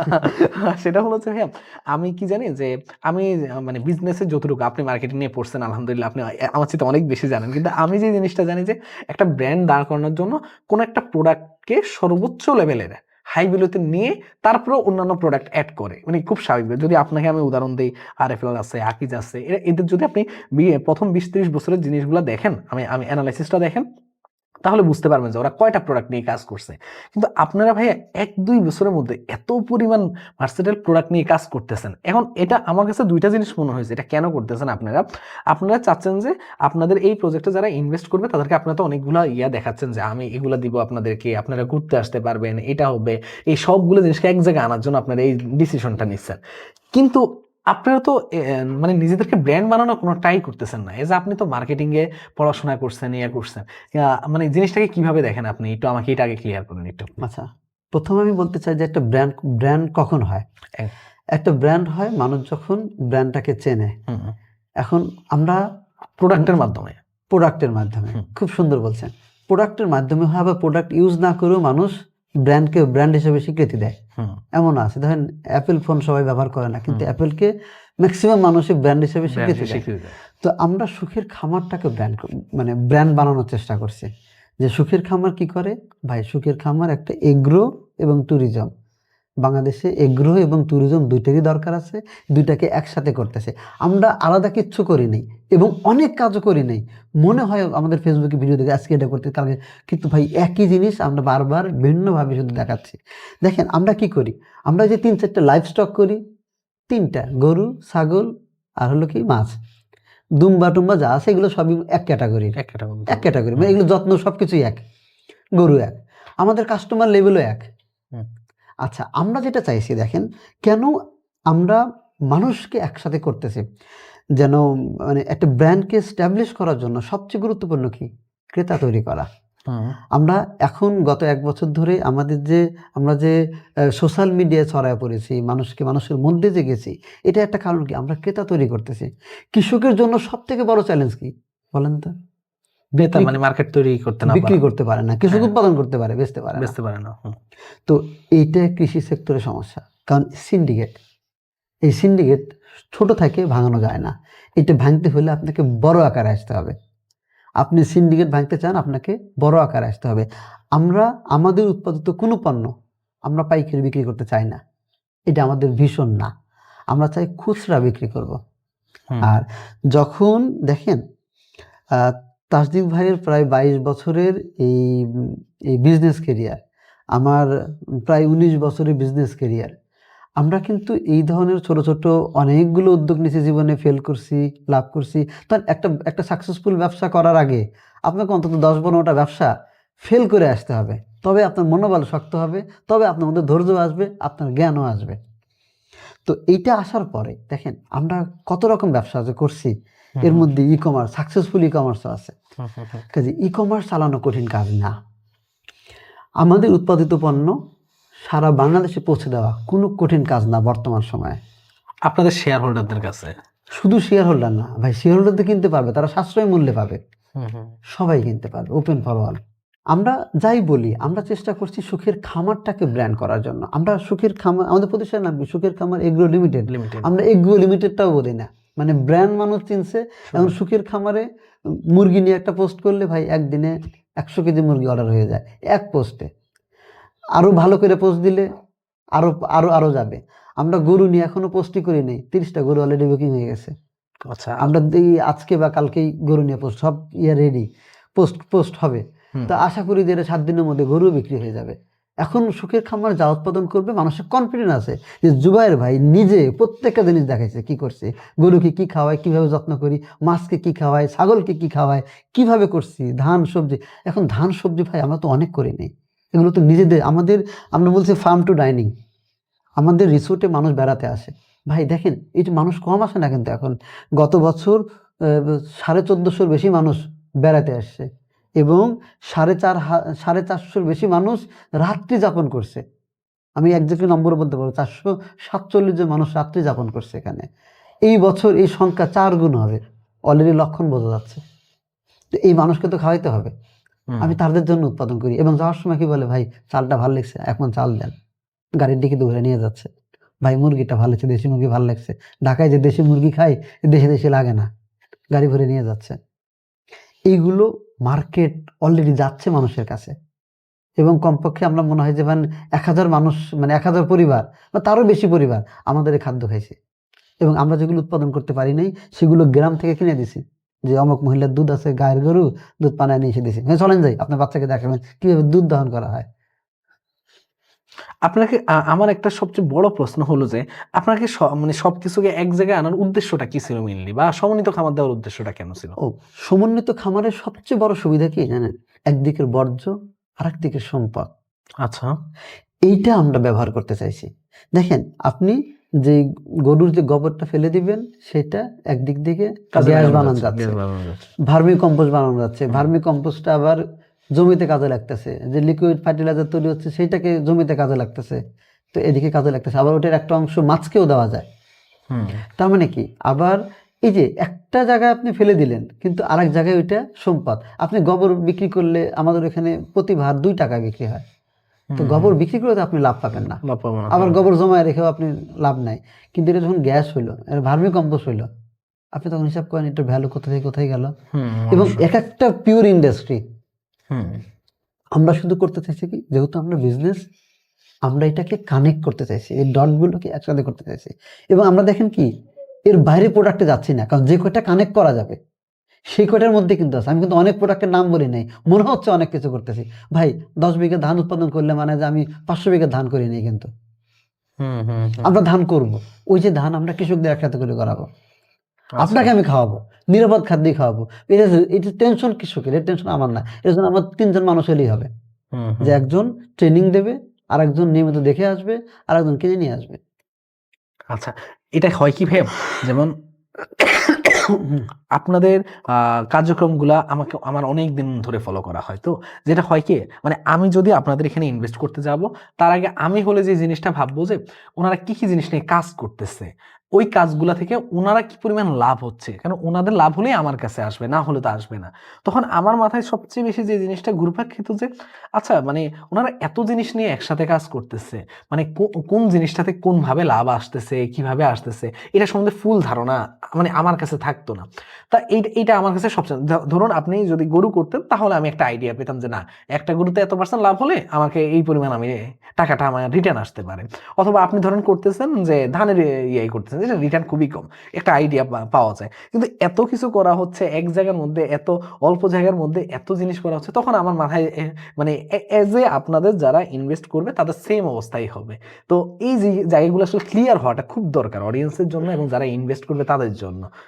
আপনি আমার পয়েন্টটা কি ধরতে পারছেন? কি ধরতে পারছি আমি প্রথমে আমি কয়েকটা জিনিস ক্লিয়ার হইছি। হ্যাঁ, প্রথমে মানে ধরতে পারছি, এবং আমি খামার নিয়ে একটা অংশ ক্লিয়ার করলাম। এখন থাকলে হলো ট্যুরিজমটা, যে ট্যুরিজমে আসলে কি হচ্ছে। দেখেন, আমাদের ট্যুরিজম 15 বিঘার মধ্যে আমরা একটা রিসোর্ট বানাচ্ছি, যেটা এগ্রিকালচার ভাইব থাকবে, যেখানে 100 রুম থাকবে, 200 মানুষ একসাথে রাত্রি যাপন করতে পারবে এখানে। আচ্ছা, দেখেন, এই বানানো হইছে, এটা অলরেডি পুরোপুরি হয় নাই। আমরা একটা অংশ বানাইছি যেখানে মানুষ ইতিমধ্যেই থাকতে পারতেছে। আমরা এটা বানাবো। আমরা কিন্তু আপনাকে আপনার মাধ্যমে ক্লিয়ার করতে চাই যে এই প্রজেক্ট আমরা কিন্তু পুরোটা বানায় ফেলিনি। আমরা বলছি 27 সালের ডিসেম্বরের মধ্যে আমরা প্রজেক্টটা শেষ করব, এটা আমাদের টার্গেট। আমরা ঘোষণা করছি কবে? মাত্র 8 মাস আগে। আর আমরা প্রস্তুতি নিচ্ছি আরো 3-4 বছর ধরে। জমি কিনছি, কাজ প্ল্যান করছি, কি করব, কেমনে করব, সম্ভব কি সম্ভব না। যখন দেখছি সবকিছুই সম্ভব, তখন আমরা ঘোষণা করছি। আচ্ছা, মানে আপনি তো পাবলিকের টাকা দিয়ে এক্সপেরিমেন্ট করবেন না, পাবলিক টাকা দিয়ে ডাইরেক্ট আপনি উৎপাদন করবেন, তাই না কি? তো এই ব্যাপারটা হলো এটা, এক্সপেরিমেন্ট করা শেষ আগে। এখন রিসোর্টের মধ্যে ভাই শুধু রিসোর্ট বানাচ্ছে এমন না, এই রিসোর্টে যেন আপনার প্রতি বছর ঘুরতে যেতে ইচ্ছা করে, তার জন্য কি কি করা দরকার সেটাও আমরা করতেছি। আমাদের সঙ্গে এই রিসোর্ট পার্টে আমাদের এগ্রো ট্যুরিজম নিয়ে আমাদের কনসালটেন্সি করতেছেন ডক্টর কেনেডিন, উনি নেদারল্যান্ডে ওনার বাড়ি। উনি এইটা নিয়ে ইউনিভার্সিটিতে পড়ায়, ডক্টরেট করা উনি, এবং পৃথিবীর বিভিন্ন দেশে এগ্রো ট্যুরিজম ডেভেলপমেন্টের জন্য, এগ্রো ট্যুরিজম, কালচারাল ট্যুরিজমকে ডেভেলপ করার জন্য উনি কাজ করতেছেন। আমাদের উনি কনসালটেন্সি দিচ্ছে। একটা মানুষ যেন অন্ততপক্ষে 10 বছর টানা বেড়াতে আসতে চায়, তার জন্য আগ্রহ শেষ না হয়, এইটা কিভাবে সম্ভব সেটা আমরা করতেছি। আপনি একবার যাবেন, মন ভরবে না, আবার যাব, এই আকাঙ্ক্ষা নিয়ে ফেরত আসবেন। ভাই ব্যাপারটা খুব কঠিন, ব্যাপারটা ব্যাপারটা সহজ, কঠিন না। আপনাকে শুধু ঠান্ডা মাথায় প্ল্যান করতে হবে যে মানুষ কি দেখতে চায়, মানুষ কি এনজয় করতে চায়, মানুষ ছেলেবেলায় ফেরত যেতে চায়, তার ছেলেবেলার স্মৃতিগুলোই সবচেয়ে সুন্দর। শহরের ছেলেমেয়েরা আসলে এই ফিলটা পায় না। শুধু শহরের ছেলেমেয়ে না, আপনি আপনার শহরে এখন যারা বাবা মা হয়েছে, তার মনের মধ্যে চায় যে একটু কাছে দিয়ে নামবো পুকুরে, তার পুকুরে নামতে ইচ্ছা করে, তার মন চায় একটু খালি পায়ে হাঁটবো, বাচ্চাদের একটু দেখাবো এইটা হলো ধান ক্ষেত, এইটা হলো টমেটো, এইটা হলো লাউ, এইটা হলো গরুর দুধ এইভাবে হয়। আপনারা এই 15 বিঘা ট্যুরিজমের সাথে ওই 15 বিঘার সাথে কোনো সম্পর্ক নাই? একটা প্রজেক্ট, কিন্তু এটা একটা দেয়াল থাকবে, এখানে যেতে হলে আসলে তাকে আলাদাভাবে যেতে হবে। তার মানে এই 15 বিঘার মধ্যে আপনারা তাদের ট্যুরিজমের জন্য সবকিছু ব্যবস্থা করতেছেন? ইয়েস, এইখানে তার থাকবে, এইখানে তার জন্য রেস্টুরেন্ট থাকবে, সব থাকবে এইখানে, ছান বাঁধানো ঘাট থাকবে, সুইমিং পুল থাকবে, এমনকি গল্প করার জায়গা থাকবে, একটা কালচারাল প্রোগ্রামের জন্য মঞ্চ থাকবে, ওয়েলবিং এর জন্য ওয়েলবিং সেন্টার থাকবে, সেখানে সে এনজয় করতে পারবে, প্রাইভেট পুলও থাকবে, পাশাপাশি হলো যে সে একটা আপনার পূর্ণাঙ্গ রিসোর্ট বলতে যা বোঝায় সেটা থাকবে। দেখেন একটা ছোট্ট কথা আপনাকে বলে রাখতে চাই, আপনি একটা রিসোর্টে গেলে কি হয়, আপনি শুধু দেখেন ওদের সৌন্দর্য দেখেন, কিন্তু আমাদের রিসোর্টে গেলে বা সুখের খামার এগ্রো ভিলেজ রিসোর্টে গেলে, কিন্তু সুখের খামার এগ্রো ভিলেজ রিসোর্টে গেলে আপনি এক্সপিরিয়েন্স পাবেন, আপনি ধান চাষ করার এক্সপিরিয়েন্স পাবেন, আলু চাষ করার এক্সপিরিয়েন্স পাবেন, মাছ ধরার এক্সপিরিয়েন্স পাবেন, এমনকি গরুকে খাওয়ানোর এক্সপিরিয়েন্স পাবেন, দুধ পানানোর এক্সপিরিয়েন্স নিতে পারেন। ওই 15 বিঘাতে যা যা করতেছেন সেগুলো তারা দেখার সুযোগ পাচ্ছে। ইয়েস, আমাদের এই রিসোর্টের মধ্যে একটা ছোট্ট গ্রামের বাড়ি বানায় রাখতেছি। এইখানের মধ্যেও ধরেন 10টা দুধের গরু থাকলো, মুরগি ছেড়ে দেওয়া থাকবে, আপনি ওই মুরগিটা খাবেন, ঠিক আছে, ওটা আপনার জন্য রান্না করা হবে। মুরগিটা ডিম পারছে, আপনি ডিম পছন্দ করলেন, ওই ডিম রান্না হবে। এরকম ফিলিং দেবো। আপনি যখন আত্মীয় বাড়ি যান, গ্রামে কি হয়, গরুর ইয়া থেকে, মুরগির ঘর থেকে মুরগি বের হয় না সকালে, সকালে এরকম মুরগি ছেড়ে দেবো, কোনটা খাবেন? আচ্ছা আচ্ছা, মানে আপনারা আপনাদের চেষ্টা আমরা করছেন এক্সপিরিয়েন্স দেবো, Experience এটা দিচ্ছেন, এক্সপিরিয়েন্স নির্ভর একটা মানে একটা ভ্রমণ হবে মানুষের জন্য। মানে একসাথে আপনারা দুইটা জিনিসকে কানেক্ট করার মাধ্যমে। দেখেন একটা জিনিস, এগ্রো ট্যুরিজমের মার্কেট পৃথিবীব্যাপী $75 বিলিয়ন। অনেক বড়, হ্যাঁ। আমাদের দেশে কই এগ্রো ট্যুরিজম?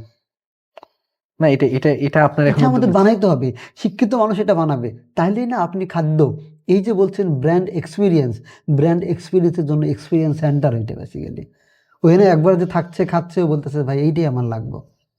আপনি যদি এগ্রিকালচারকে প্রফিটেবল বানাতে চান, আপনাকে দুইটা কাজ করতে হবে। হয় আপনাকে এই উৎপাদিত পণ্য, কারণ গ্রামে আপনি একটা 10 টাকার লাউ 9 টাকা অথবা 11 টাকা বিক্রি করতে পারবেন। এই লাউ যদি আপনি ঢাকা আনেন, আপনি পাইকারি রেটে 50 টাকা বিক্রি করতে পারবেন। অথবা আপনি ওই ক্রেতাকে যদি গ্রামে নিয়ে যান, তাহলেও আপনি 50 টাকা বিক্রি করতে পারবেন। আপনার যদি ঢাকা আনেন, আপনার খরচ হবে। আমি কি করছি, ওই ক্রেতাকেই গ্রামে নিয়ে যাচ্ছি, ও গ্রামে এসে কিনতেছে আমার থেকে 50 টাকা দিয়ে, ও নিজে লাউ তুলতেছে, নিজে কিনে নিয়ে যাচ্ছে, গায়ের লাউয়ের গায়ে যে পশম থাকে, লোমগুলো থাকে, খুশি হয়ে যাচ্ছে, মানে নিজের মধ্যে একটা ফিল আসতেছে না আমি একদম। তো আমি শুধু এক্সপিরিয়েন্স দিচ্ছি ভাই, এবং আমি কিন্তু প্রফিট করেই প্রোডাক্ট বিক্রি করতেছি, এবং হাই প্রফিট। আমার প্রফিট দিয়ে গ্রামের মানুষ হিংসা করে। ভাই আমি একটা গোপন কথা বলি, আমরা এক গরু বেচে 3 লাখ টাকা প্রফিট করছি। কিভাবে সম্ভব এটা? ভাই যারা গরুর মানে সিমেন্ট বিক্রি করে, হ্যাঁ, এরা কিন্তু দেখে কি যে সবচেয়ে ভালো জাতের গরুটা আছে কিনা, ওর কাছে দাম কোনো ম্যাটার না, ও চাই এরকম গরু। আর আমি কোত্থেকে সংগ্রহ করি? আমি সংগ্রহ করি যে সেরা জাতের গরুটা, কারণ একজন খামারি ভালো জাতের গরু মানে উন্নত ব্রিডের গরু হলেই সে প্রফিট করতে পারবে। দেশি গরু যে খাবে, একজন বিদেশি গরু বা একটা দেশি গরু যে খাবে, একটা উন্নত ব্রিডের গরু প্রায় কাছাকাছি খায়, হয়তো কিছু টাকা বেশি খায়, কিন্তু দুজনের বাড়ার কোয়ালিটি অনেক কম বেশি, মোটামুটি ধরেন যে অনেক মিনিমাম। আমি জানি, হ্যাঁ অবশ্যই। তো এইটাই হলো ব্যাপার, আপনি যখন ভালো জিনিস আছে, তখন ভালো জিনিসের চাহিদাও আছে। দেশি গরু কি হয়, কসাই কেনে, আর এই ভালো জাতের জিনিস কারা কেনে, যার দরকার। আমার টার্গেট হলো সারা দেশ ঘুরে ঘুরে এই ভালো জিনিস সংগ্রহ করা। আপনার গরু সংগ্রহ করার ক্ষেত্রে কি কি পদক্ষেপ নেন? যেহেতু গরুর পয়েন্টে আসছেন, একটু আমাকে বলেন তাহলে। এটা খুবই ইন্টারেস্টিং, মানে আমার কাছে মনে হচ্ছে যে আমি যদি গরু বিজনেস দেই তাহলে এই যে জিনিসগুলো জানা লাগবে আমার। না, ব্যাপারটা আসলে অত কঠিন না। আপনি প্রথমে ঠিক করবেন আপনার ক্রেতাকে। আপনি যখন বিজনেস করবেন, খামার মানুষ শখে করে, আগে গরু কেনে, তারপরে মানুষ মনে করে কি দেখেন, মানুষ যখন খামার করে মনে করে যে আমি হাট থেকে গরু কিনবো, গরু এনে 6-7 মাস পালবো, খাওয়াবো, আদর ভালোবাসা দেবো, এরপরে আমি প্রফিট করে বিক্রি করবো। এবং এই মানুষ এইটা করে বলে আবার হাটে গিয়ে লস দিয়ে বিক্রি করে। ও দেখে যে আমি গরু কিনছি 1 লাখ টাকায়, গরু খাওয়াইছি 20,000 টাকা, আমি গরু বেচলাম 1,10,000 টাকায়, লস। এইটা শখের বিজনেস না। এটা শখ করে আপনি 2টা গরু পালতে পারেন, চান না, সেটা লস হলে আপনার ডাজন্ট ম্যাটার। কিন্তু যখন আপনি পিওর বিজনেস, তখন আপনাকে জানতে হবে যে এটা আপনি কার কাছে বিক্রি করবেন। এটা সারা দুনিয়ার নিয়ম, যে আগে ক্রেতা ঠিক করবেন, ক্রেতার পছন্দ কি, সেই জিনিসটা আপনি আনবেন। যখন সেইটা আনবেন, তখন তাকে বলতে পারবেন ভাই আপনি যেটা চান সেটা আমার কাছে আছে, যত্নে আছে, এবার আপনি নিবেন কিনা আসেন। আর আমাদের এখন ফেসবুকে তো আল্লাহর রহমতে ভালো ভিউ হয়, ভালো মানে মাসে কমপক্ষে 3 মিলিয়ন ভিউ হয়।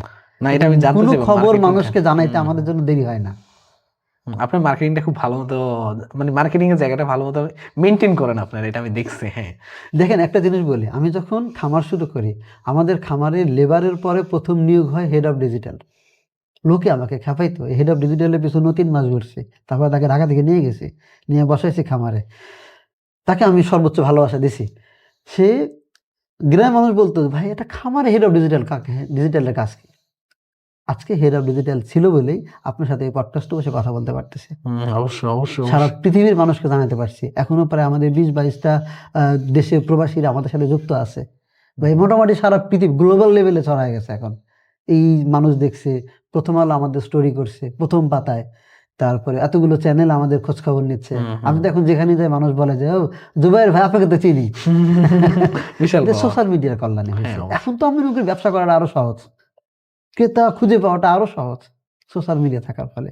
শুধুমাত্র সাহস করে বলতে হবে। ভাই এবার গরুর ওখানে চলে আসে, তারপর গরুটা কিভাবে আপনারা আসলে এত প্রফিট হয় এটা বিশাল ব্যাপার আসলে গরুতে। না আমি সর্বোচ্চ জানি যে একটা গরুতে সর্বোচ্চ 15-20% লাভ করা পসিবল, সর্বোচ্চ যদি করা যায়। তার উপর আবার দালালের চক্রে পড়লে তার কিছুই থাকে না, কিন্তু এত লাভ হওয়াটা এটা একটু আশ্চর্যজনক। আচ্ছা আমি আপনাকে সহজ কথা বলি, গরু আসলে কি কিভাবে প্রফিট হয়। গরু কি গরু মানুষ খামার করে, গ্রামের মানুষ কি করে, দেশি গরু কেনে। এই দেশি গরু যখন হাটে নেয়, গরুটা কি কেনে, কসাই কেনে। গরু মূল ক্রেতা তখন কসাই, দেশি গরুটা, দেশি ভাঙাচোরা গরু যেটা গ্রামের মানুষ তাই পালে। এইটা কসাইয়ের কাছে যখন যায়, এর গায়ে যা গোস্ত আছে, কসাই কিন্তু এর থেকে 100 টাকাও বেশি আপনাকে দেবে না। হিসাব সহজ, কৃষক এটা করতে পারতেছে, তারপরে কৃষকের লাভ হচ্ছে কেন? সহজ হিসাব, যে ওর খাদ্য খরচ খুবই কম, ওর লেবার কস্ট 0। তার মানে কি, আপনি ওই গরুটা পালেন, আপনি লস দিয়ে বিক্রি করবেন, কিন্তু কৃষক লাভ করে বিক্রি করতেছে কসাইয়ের কাছে গোস্তের দামে। গোস্তের দাম কত?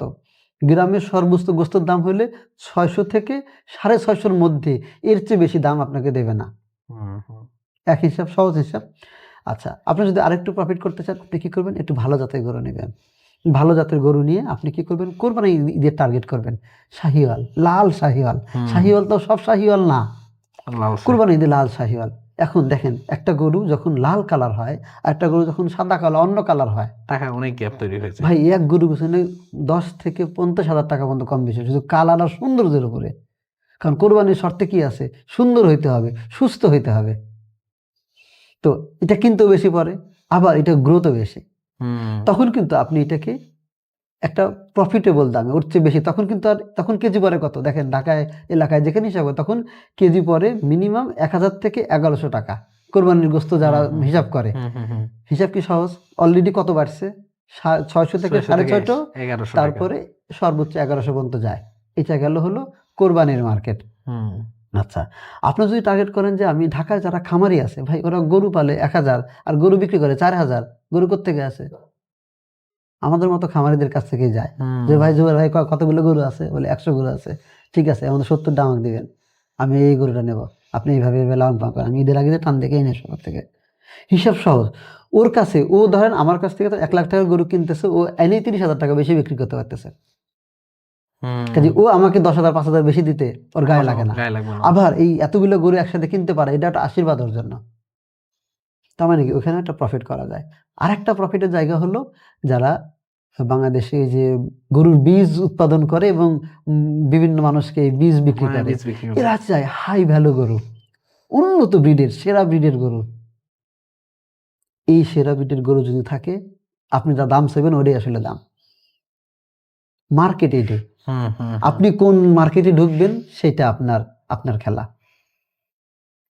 হ্যাঁ, তবে এই যে আমি সবসময় সাবধান থাকতে বলি, মানুষ প্রথম মানে শেখা শুরু করে ইউটিউব দেখে।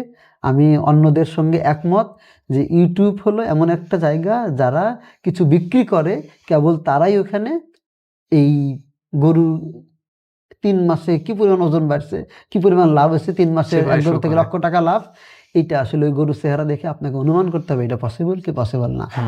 কারণ গরু গোস্তর দামে বিক্রি হয়, আপনি কোন মার্কেটে ঢুকছেন সেই অনুযায়ী দাম নির্ধারণ হবে। আপনি যদি মনে করেন দেশি গরু 3 মাস পালবেন, আমার ডেইলি পরামর্শ দেয়, আরে তুমি এতদিন ভালো কেন, তুমি 3 মাস পর পর বেচবে। আরে ভাই 3 মাস পর পর দেখেন, আবার খামারেরও ধরন আছে। আপনি যদি 3-4 মাস পর পর বিক্রি করেন, তাহলে এইটা কোনো খামারির পক্ষে এটাতে প্রফিট করা সম্ভব না, এইটা পারবে একমাত্র ব্যাপারী। ব্যাপারী মানে গরুর দালাল যারা, তাদের সঙ্গে সম্ভব। কারণ আপনি যদি 20টা গরুরও খামার করেন আর মনে করেন 3 মাস পর পর কিনবেন বেচবেন, ভাই আপনি কি একদিনে 20টা গরু কিনতে পারবেন হাট থেকে? না। ইম্পসিবল। মানে এই 20টা গরু কিনতে আপনার 3 মাস লাগবে। আচ্ছা, আবার 3 মাস আগে যেটা কিনছেন ওটা বেচা লাগবে এখন, তার মানে আবার ওইটা বেচবেন। তাহলে আসলে কিছু করো। মানে তখন হলো প্রত্যেক হাটে সপ্তাহে অন্তত 2 দিন আপনার হাটে যাওয়া লাগবে। আর 2 দিন হাটে যে যায় সে কি খামারি না ব্যাপারী? ব্যাপারে তো ব্যাপারী। তো এইটা হলো ব্যাপারীদের জন্য। মানে আপনি যদি শহরে থাকেন, প্রবাসে থাকেন, ভাবতেছেন একটা খামার করবেন, আপনাকে আসলে সিদ্ধান্ত নিতে হবে যে আপনি আসলে কি করবেন, কি হবে, আপনার পক্ষে কোনটা সম্ভব, মানে সম্ভব। আপনার ক্যারেক্টারের সাথে বিচার করে খামার হবে। আপনি পারলেন না সময় দিতে, আপনি জানেন না গরু কিনতে হয় কত টাকায়, বিক্রি করতে হয় কিভাবে, আর গরু বেচা একজন কৃষকের পক্ষে, একজন খামারির পক্ষে হাটে গিয়ে ভাই দালালের সাথে পারবেন না। ওর এক্সপিরিয়েন্স 15-20 বছরের, আর আপনার এক্সপিরিয়েন্স 1-2 মাসের, গরু আপনার লস দিয়ে বেচা লাগবে। আপনি যখন দালাল, সে একজন যদি দালাল হয়, গরুর দালাল হয়, ব্যাপারী হয়, তাহলে ওর জন্য 3 মাস 4 মাসের খামার বেস্ট। ও এটাতে প্রতিদিন লাভ করবে, 5,000 করে লাভ করবে, বেশি লাভ করার দরকার নেই। প্রত্যেক হাটে 5টা করে গরু বিক্রি করবে, 5টা করে কিনবে, বেচবে, চলতেই থাকবে। ওর জন্য লাভ। ও মাসের হিসেব করে 1 লাখ টাকা প্রফিট এসে আলহামদুলিল্লাহর জন্য। বুঝতে পারছি, মানে বিশাল বিষয়। এ ভালো পয়েন্ট কিছু বলছেন। আবার আরেকটা জিনিস দেখেন, যে খুব অভিজ্ঞ, অনেকে সবাই দুধের খামার করবো, দুধ বেচে অনেক লাভ। আরে বাবা, দুধ বেচে লাভ তার জন্য যে এই বিষয়ে এক্সপার্ট, যার দুধের খামার করা 10 বছর এক্সপিরিয়েন্স আছে, সেই লোকটা দুধের খামার থেকে লাভ করতে পারে। নতুন মানুষ এসে দুধের খামার করবে, গরু কিনে আনবে খামারে, 3 দিন পরে দেখবে যে গরুর দাম 1 লাখ টাকা কমে গেছে। কেন? ওই পরিমাণ দুধ হচ্ছে না। ধরেন আপনি 30 লিটার দুধ দিয়ে একটা গরু কিনলেন, 3.5 লাখ টাকা, তাই হবে মার্কেটে, মার্কেট স্ট্যান্ডার্ড আসলে তাই। 3.5 লাখ টাকা গরু কিনলেন, আনার পর দেখলেন যে দুধ হয় 20 লিটার, গরুর দাম 1 লাখ টাকা নাই। 10টা গরু কিনছে মানে 10 লাখ টাকা একদিনে নাই আপনার। তাহলে আপনাদের গরুতে মোটামুটি ভালো পরিমাণ লাভ বের করেন আপনারা। দেখেন, আমি লাভের কথা বলতে চাই না, যেন এটা শুনে আবার কেউ উৎসাহিত না হয়ে যায়। কিন্তু এইটা বোঝার জন্য ভাই আমাদের দিনের পর দিন পরিশ্রম করতে হচ্ছে যে আমি আসলে কার কাছে গরু বেচবো, কি আমাকে লাভ দেবে। অবশ্যই অবশ্যই। আবার ওই মার্কেটটা তো আমাকে তৈরিও করতে হয়েছে, ওই কনফিডেন্ট, ওই আস্থা মানুষের তৈরিও করতে হয়েছে। কাজে কাজ কিন্তু একটা না, লিঙ্ক মানে ডট কিন্তু একটা না, আসলে ডট কিন্তু অনেকগুলো। যে প্রথমে আমার ক্রেতা নির্বাচন করতে হয়েছে, ওই ক্রেতার উপরে আমার ক্রেতার কাছে পৌঁছাইতে হয়েছে, ওর আস্থা তৈরি করতে হয়েছে, ওর কনফিডেন্ট বাড়াইতে হয়েছে, ওকে আমার এখানে নিয়ে আসতে হয়েছে। কাজে এই সবগুলো করতে পারা আসলে একদিনের কাজ না, 5 বছরের কাজ।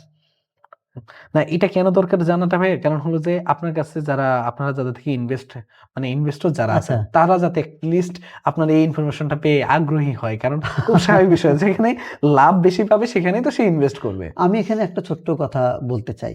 আমরা কিন্তু মানে আমি কিন্তু ব্যক্তিগতভাবে যার সাথে কথা হয় আমি এটাই বলি যে ভাই, আমাদের এই প্রজেক্টে এমন না যে আপনি বিনিয়োগ করলেন শুধু লাভের জন্য, যে বিনিয়োগ করলেন একটা বিনিয়োগ করবেন, একটা ভালো রিটার্ন পাবেন প্রতি বছর, তার জন্য আসেন।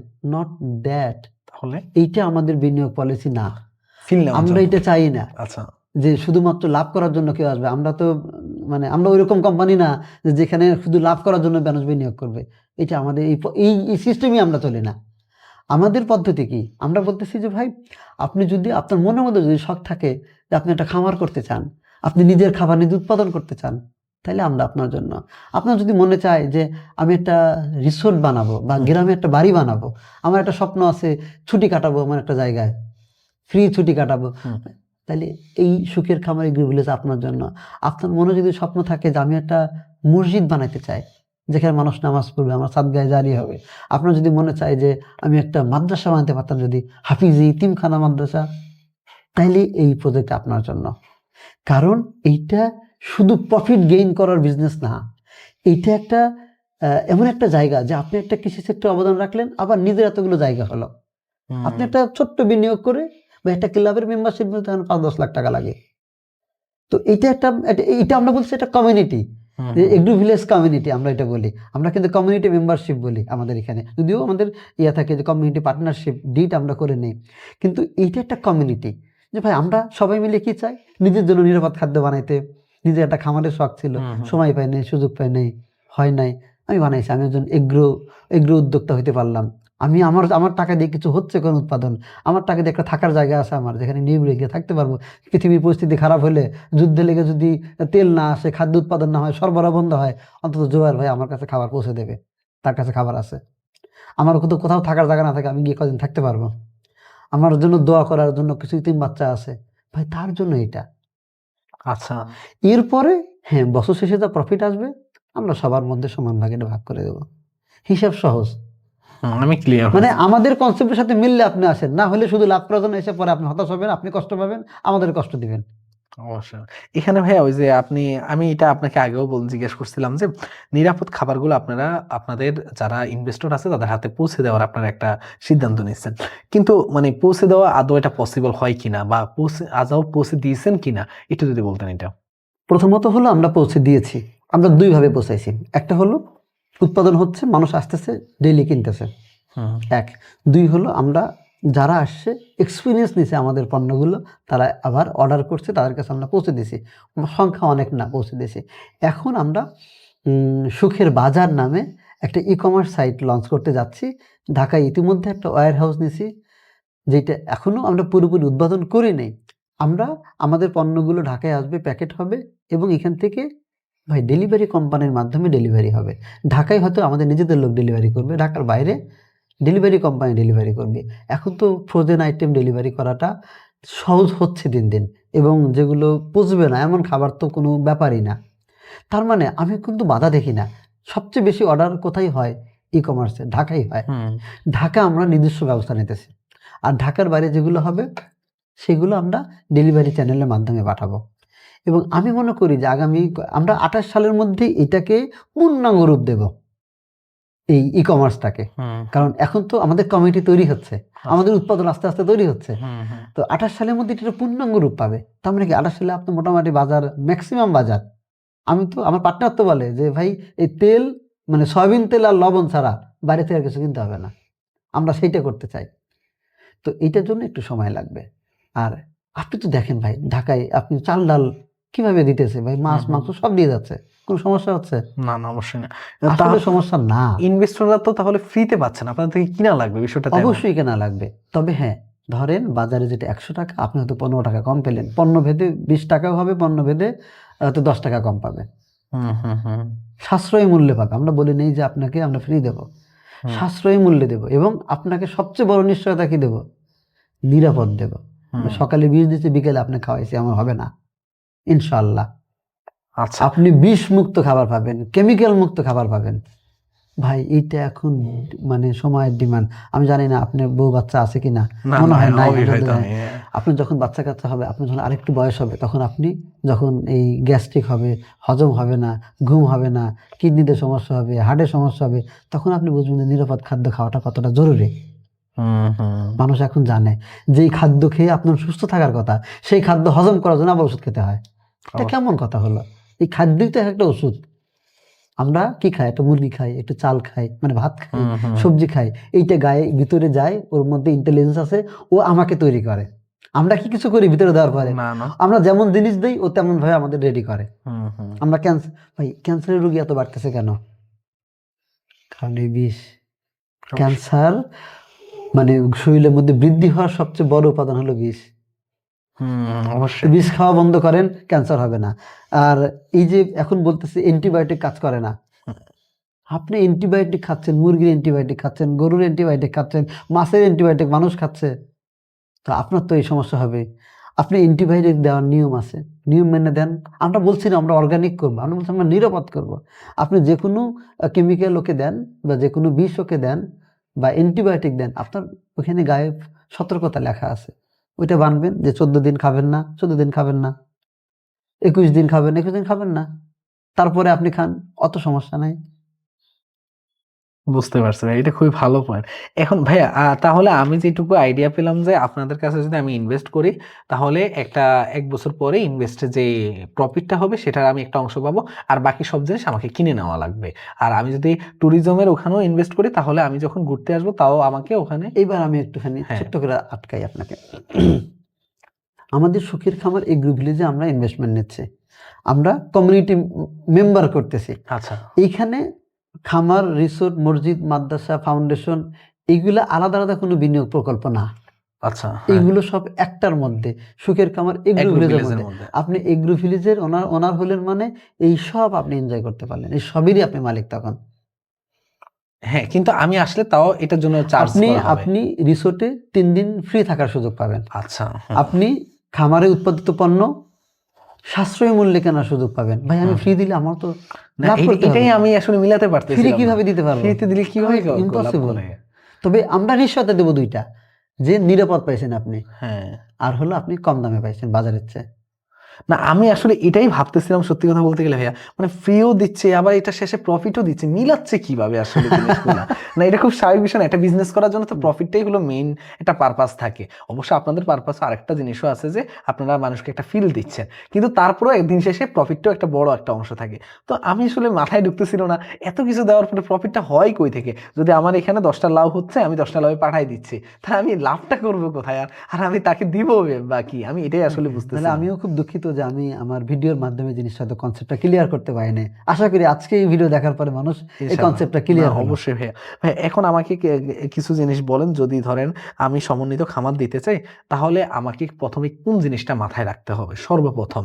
এবং কোন, কোন জিনিস নিয়ে আগানো উচিত হবে? মার্কেট ধরেন আপনি তো এনালাইসিস করছেন, সবকিছু করছেন। আমি একদম মানে এনালাইসিস এর একদম প্রাথমিক পর্যায়ে আছি। আপনি যদি আমাকে বলতেন।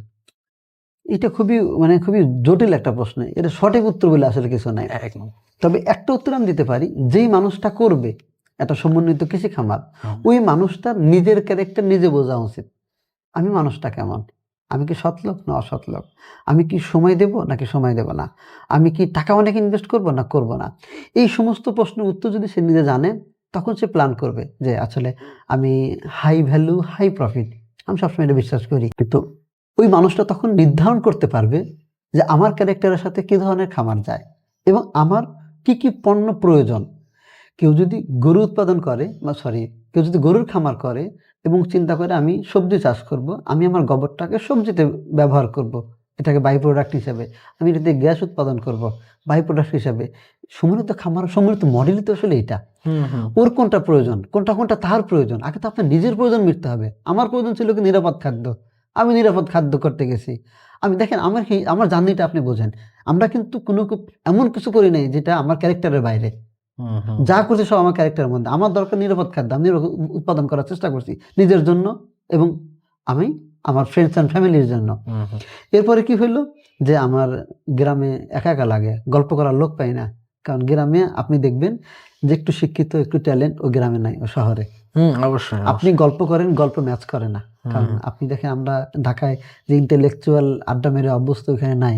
আমি মানুষকে গ্রামে ডাকা শুরু করি, আসেন ভাই একটু গল্প করি, দেখেন আপনি। তাকে আমি দেখালাম একটা লাইফস্টাইল, যে গ্রামের লাইফস্টাইলটা কেমন হয়।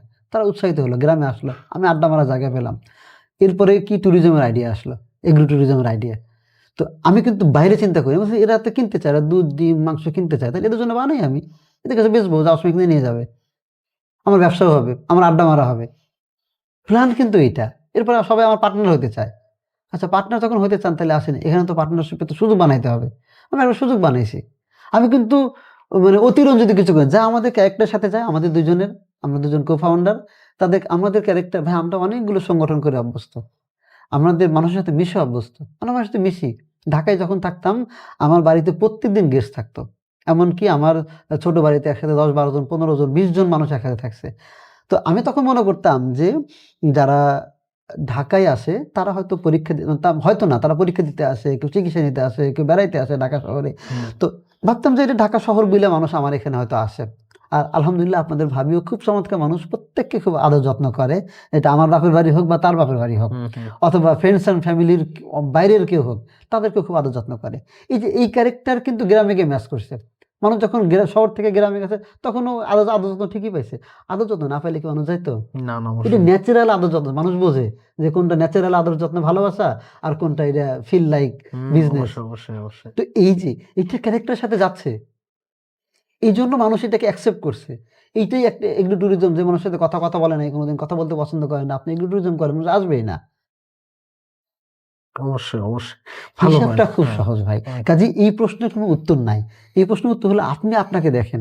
আপনি নিজের কি প্রয়োজন সেটা মিটান, ওইটা মানুষকে জানান যে ভাই আমি এটা করতেছি, আপনি কি করতে চান? তাহলে আমাকে এইভাবে হেল্প করেন, আমি আপনার জন্য হেল্প করব। হিসাব সহজ। সমন্বিত খামারগুলো আরো ভিজিট করবে, জানবে, দেখবে কোথায় আসলে সারা পৃথিবীতে অপরচুনিটি আছে ভাই। এটা নিয়ে আপনি পড়াশোনা করতে পারবেন, এটা নিয়ে আপনি ঘুরে দেখতে পারবেন। বাংলাদেশে আছে, বিদেশে আছে, জান না, ওপেন তো। অবশ্যই, অবশ্যই ভাইয়া। ভাইয়া, আমি আপনাকে কিছু জটিল প্রশ্ন করব। কেন জটিল বললাম? আমি আজকে সকালবেলা ঘুম থেকে উঠার পরে আমি মানে অডিয়েন্সের জায়গা থেকে কিছু প্রশ্ন নিচ্ছি তাহলে কি আপনার এখন আমি পরীক্ষা দিচ্ছি? এতক্ষণ গল্প করছি। গল্প করলাম, এখন আমরা পরীক্ষা দিব। ভাইয়া, পরীক্ষা না আসলে বিষয়গুলো, মানে জাস্ট অডিয়েন্স যে জিনিসগুলো জানতে চাই ওগুলো একটু ক্লিয়ার করবো আমরা। আমি কি সংক্ষেপ উত্তর দেবো না? আপনি চাইলে ব্রডলি অ্যান্সার দিতে পারেন, কোনো সমস্যা নেই ভাইয়া। ভাইয়া, এখন বর্তমানে আপনাদের শেয়ার ভ্যালু কত আছে? আমাদের শেয়ার ভ্যালু 2,95,000 টাকা। এটা আপনার হলো যে 30 বিঘার জন্য হ্যাঁ নাকি 15 বিঘার জন্য? ভাই আমি আবার ওইটা আগেও বলছিলেন। ভাই আমি এখনো তাহলে বোঝাতে পারিনি। আমাদের যে সুখের খামার এগ্রো ভিলেজ এইটার জন্য, এইটার মধ্যেই সমন্বিত কৃষি খামার, রিসোর্ট, মসজিদ, মাদ্রাসা, ফাউন্ডেশন সব এটার মধ্যে। একটাতে সে আসবে, সবগুলোই সে এনজয় করবে, সবগুলোর সে মালিক হবে। আপনি বারবার যে 15 বিঘা আলাদা করেন, এই জন্য 15 বিঘা আলাদা করছি এই কারণে যে আমরা 15 বিঘার মধ্যে খামার করব, 15 বিঘার মধ্যে রিসোর্ট করব, বা করতেছি, ব্যাপারটা এরকম, করব না। আচ্ছা, আমি কমেন্ট পেয়েছিলাম যে আপনাদের মানে 15 বিঘাতে ইনভেস্ট করা লাগবে নাকি আলাদা 15 বিঘাতে? কোনো আলাদা ব্যাপার নাই। আচ্ছা ভাই, আপনাদের সব মিলিয়ে কতটা শেয়ার রাখা হয়েছে? আমাদের সব মিলিয়ে হলো 4,000 শেয়ার। এর মধ্যে 3,000 শেয়ার আমরা শেয়ার হোল্ডার বাইরে থেকে নেব, এবং এই শেয়ার সংখ্যা লিমিটেড, এটা বাড়বে না। আচ্ছা, এখন অব্দি কয়টা ফিল আপ হয়েছে? এখনো পর্যন্ত আমরা 500 শেয়ার সেল করছি গত 7 মাসে। মাশাআল্লাহ, অনেক ফাস্ট, অনেক ফাস্ট। আমরা আশা করি যে রেসপন্স আছে এই বছরের মধ্যে 3,000 ফিল আপ হয়ে যাবে ইনশাল্লাহ। ইনশাল্লাহ, ইনশাল্লাহ। আপনাদের এখন ফার্মের মধ্যে গরু কয়টা আছে, ছাগল কয়টা আছে, একটু যদি আমাকে সবগুলো জিনিস একটু বলুন। আচ্ছা, আমরা এই মুহূর্তে ফার্মে ভিতরে গরু আছে 50টা, বাইরে আছে 50। আমরা 100 গরুর প্রস্তুতি নিচ্ছি এই কোরবানিতে বিক্রির জন্য। আচ্ছা, আমাদের 2 বিঘার পুকুর আছে যেখানে আমরা মাছ চাষ করি।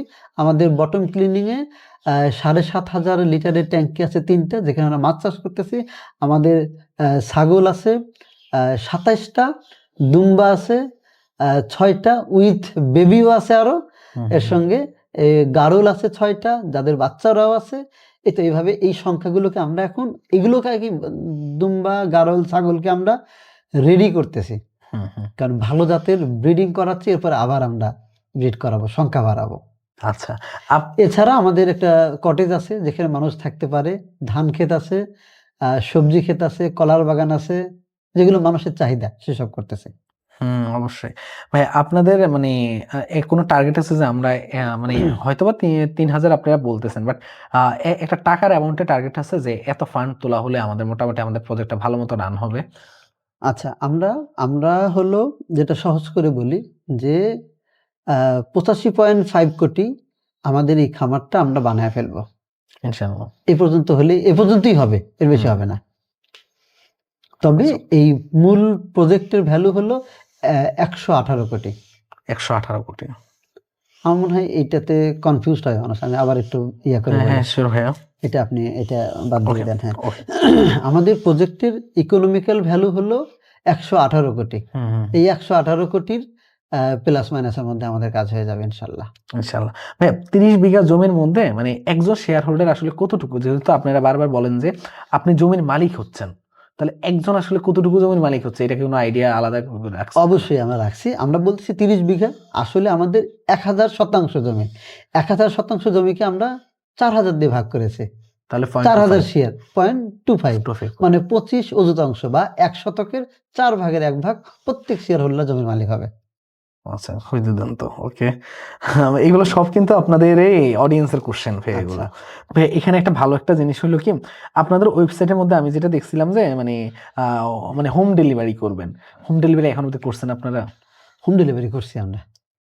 আচ্ছা, এটাও করা হয়ে গেছে? হ্যাঁ, হোম ডেলিভারি হলো, আমরা খাদ্যপণ্য কথা বলছেন তো? হ্যাঁ করছি আমরা ব্যাপক হারে করিনি। আচ্ছা, আর ফেসবুকেও আসলে অনেক বেশি এটা নিয়ে কথা বলি নাই, কারণ আমাদের এখনো বিএসটিআই এর অনুমোদন নাই। অনেক মানে এই প্রোডাক্টগুলো আমরা মাত্র ওগুলো প্রসেস করছি, এগুলো আসলে তারপরে আমরা বিজ্ঞাপনে যাব। এখন বিজ্ঞাপনে গিয়ে তো সমস্যা। আপনারা তো মোটামুটি লজিস্টিকটা গুছিয়ে ফেলছেন, এই যে মানে মোটামুটি গোছাচ্ছে। হ্যাঁ, টিম রেডি হচ্ছে।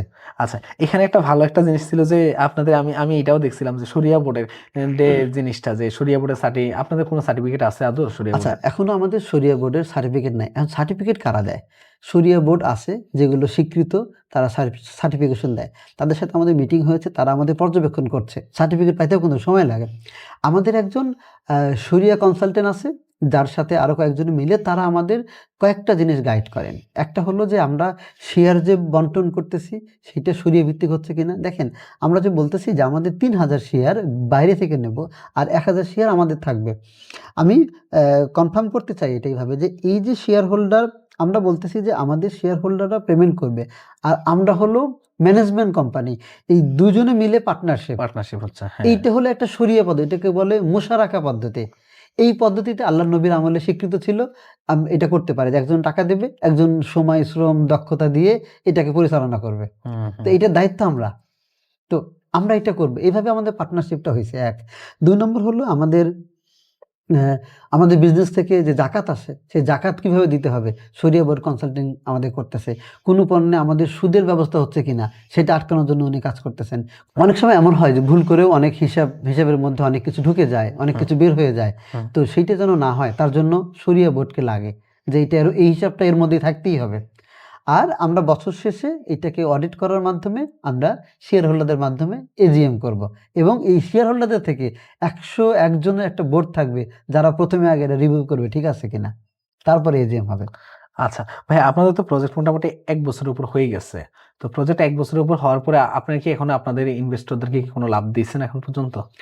আচ্ছা, প্রজেক্ট আমরা যখন প্রথম শেয়ার বিক্রি করা শুরু করি বা শেয়ার হোল্ডারদের যুক্ত করা শুরু করি, এটা থেকে আমাদের গত ডিসেম্বর পর্যন্ত আমাদের জুলাই থেকে আমরা বিক্রি শুরু করছি।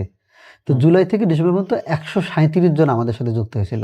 যা আসছে সবাই ডিসেম্বরের পরে সবচেয়ে বেশি মানুষ আমাদের সঙ্গে আসছে। তো 137 জনকে আমরা যেটা করছি, আমরা তো ফার্মিং করতামই শুরু থেকে। পরে আমরা এই জুলাই আগস্ট সেপ্টেম্বরের দিকে আমরা সিদ্ধান্ত নেই, আচ্ছা মানুষ যেহেতু আসতেছে তাহলে আমরা কেন একটা ফার্মিং করতেছি আর একটা মানুষকে একসাথে করতেছি, আমরা দুইটা কেন আলাদা রাখবো? তাহলে আমরা পুরোনো সব ফার্মিংকে পদ্ধতিটা চেঞ্জ করি যে এই প্রজেক্ট থেকে এখন এগুলো হবে, আগের প্রজেক্ট আর চলবে না, সব বন্ধ, এই প্রজেক্ট চলবে। তখন থেকে আমরা এটাকে একটা লাভ হিসাব করা শুরু করি এবং দেখেন ওই সময় আমরা 7.2% প্রফিট শেয়ার করতে পারছি। 2%, হ্যাঁ। ইনশাল্লাহ এই বছর যারা আসতেছে, যেই মাসে জয়েন করতেছে তারা বছর শেষে ওই প্রফিট পাবে এবং জানুয়ারি থেকে নাকি পরের বছর 28 সাল থেকে এরা তো সবাই আবার এক হয়ে গেল, তখন তো আর কোনো মাসে আসলে এমন না, তখন আশা করি প্রজেক্ট এইভাবে এবং প্রফিট বাড়তে থাকবে, তারা প্রফিট বেশি পেতে থাকবে এবং এক একটা করে এখন তো কার্যক্রম শুরু হচ্ছে। ধরেন এক একটা প্রজেক্ট যখন বড় হবে তখন প্রফিটও বাড়তে থাকবে। আচ্ছা আচ্ছা, ওকে ফাইন। কারণ এই প্রফিট কিন্তু ফিক্সড না, এটা স্বাভাবিক, এটা আপনাদের ইয়ার উপরে ডিপেন্ড করতেছে। ভাই, আপনাদের এগ্রো ট্যুরিজমে আপনি একটু আগে আমাকে একটা পয়েন্ট বলছিলেন যে 3 দিন করে আপনারা ফ্রিতে থাকার ব্যবস্থা করেন।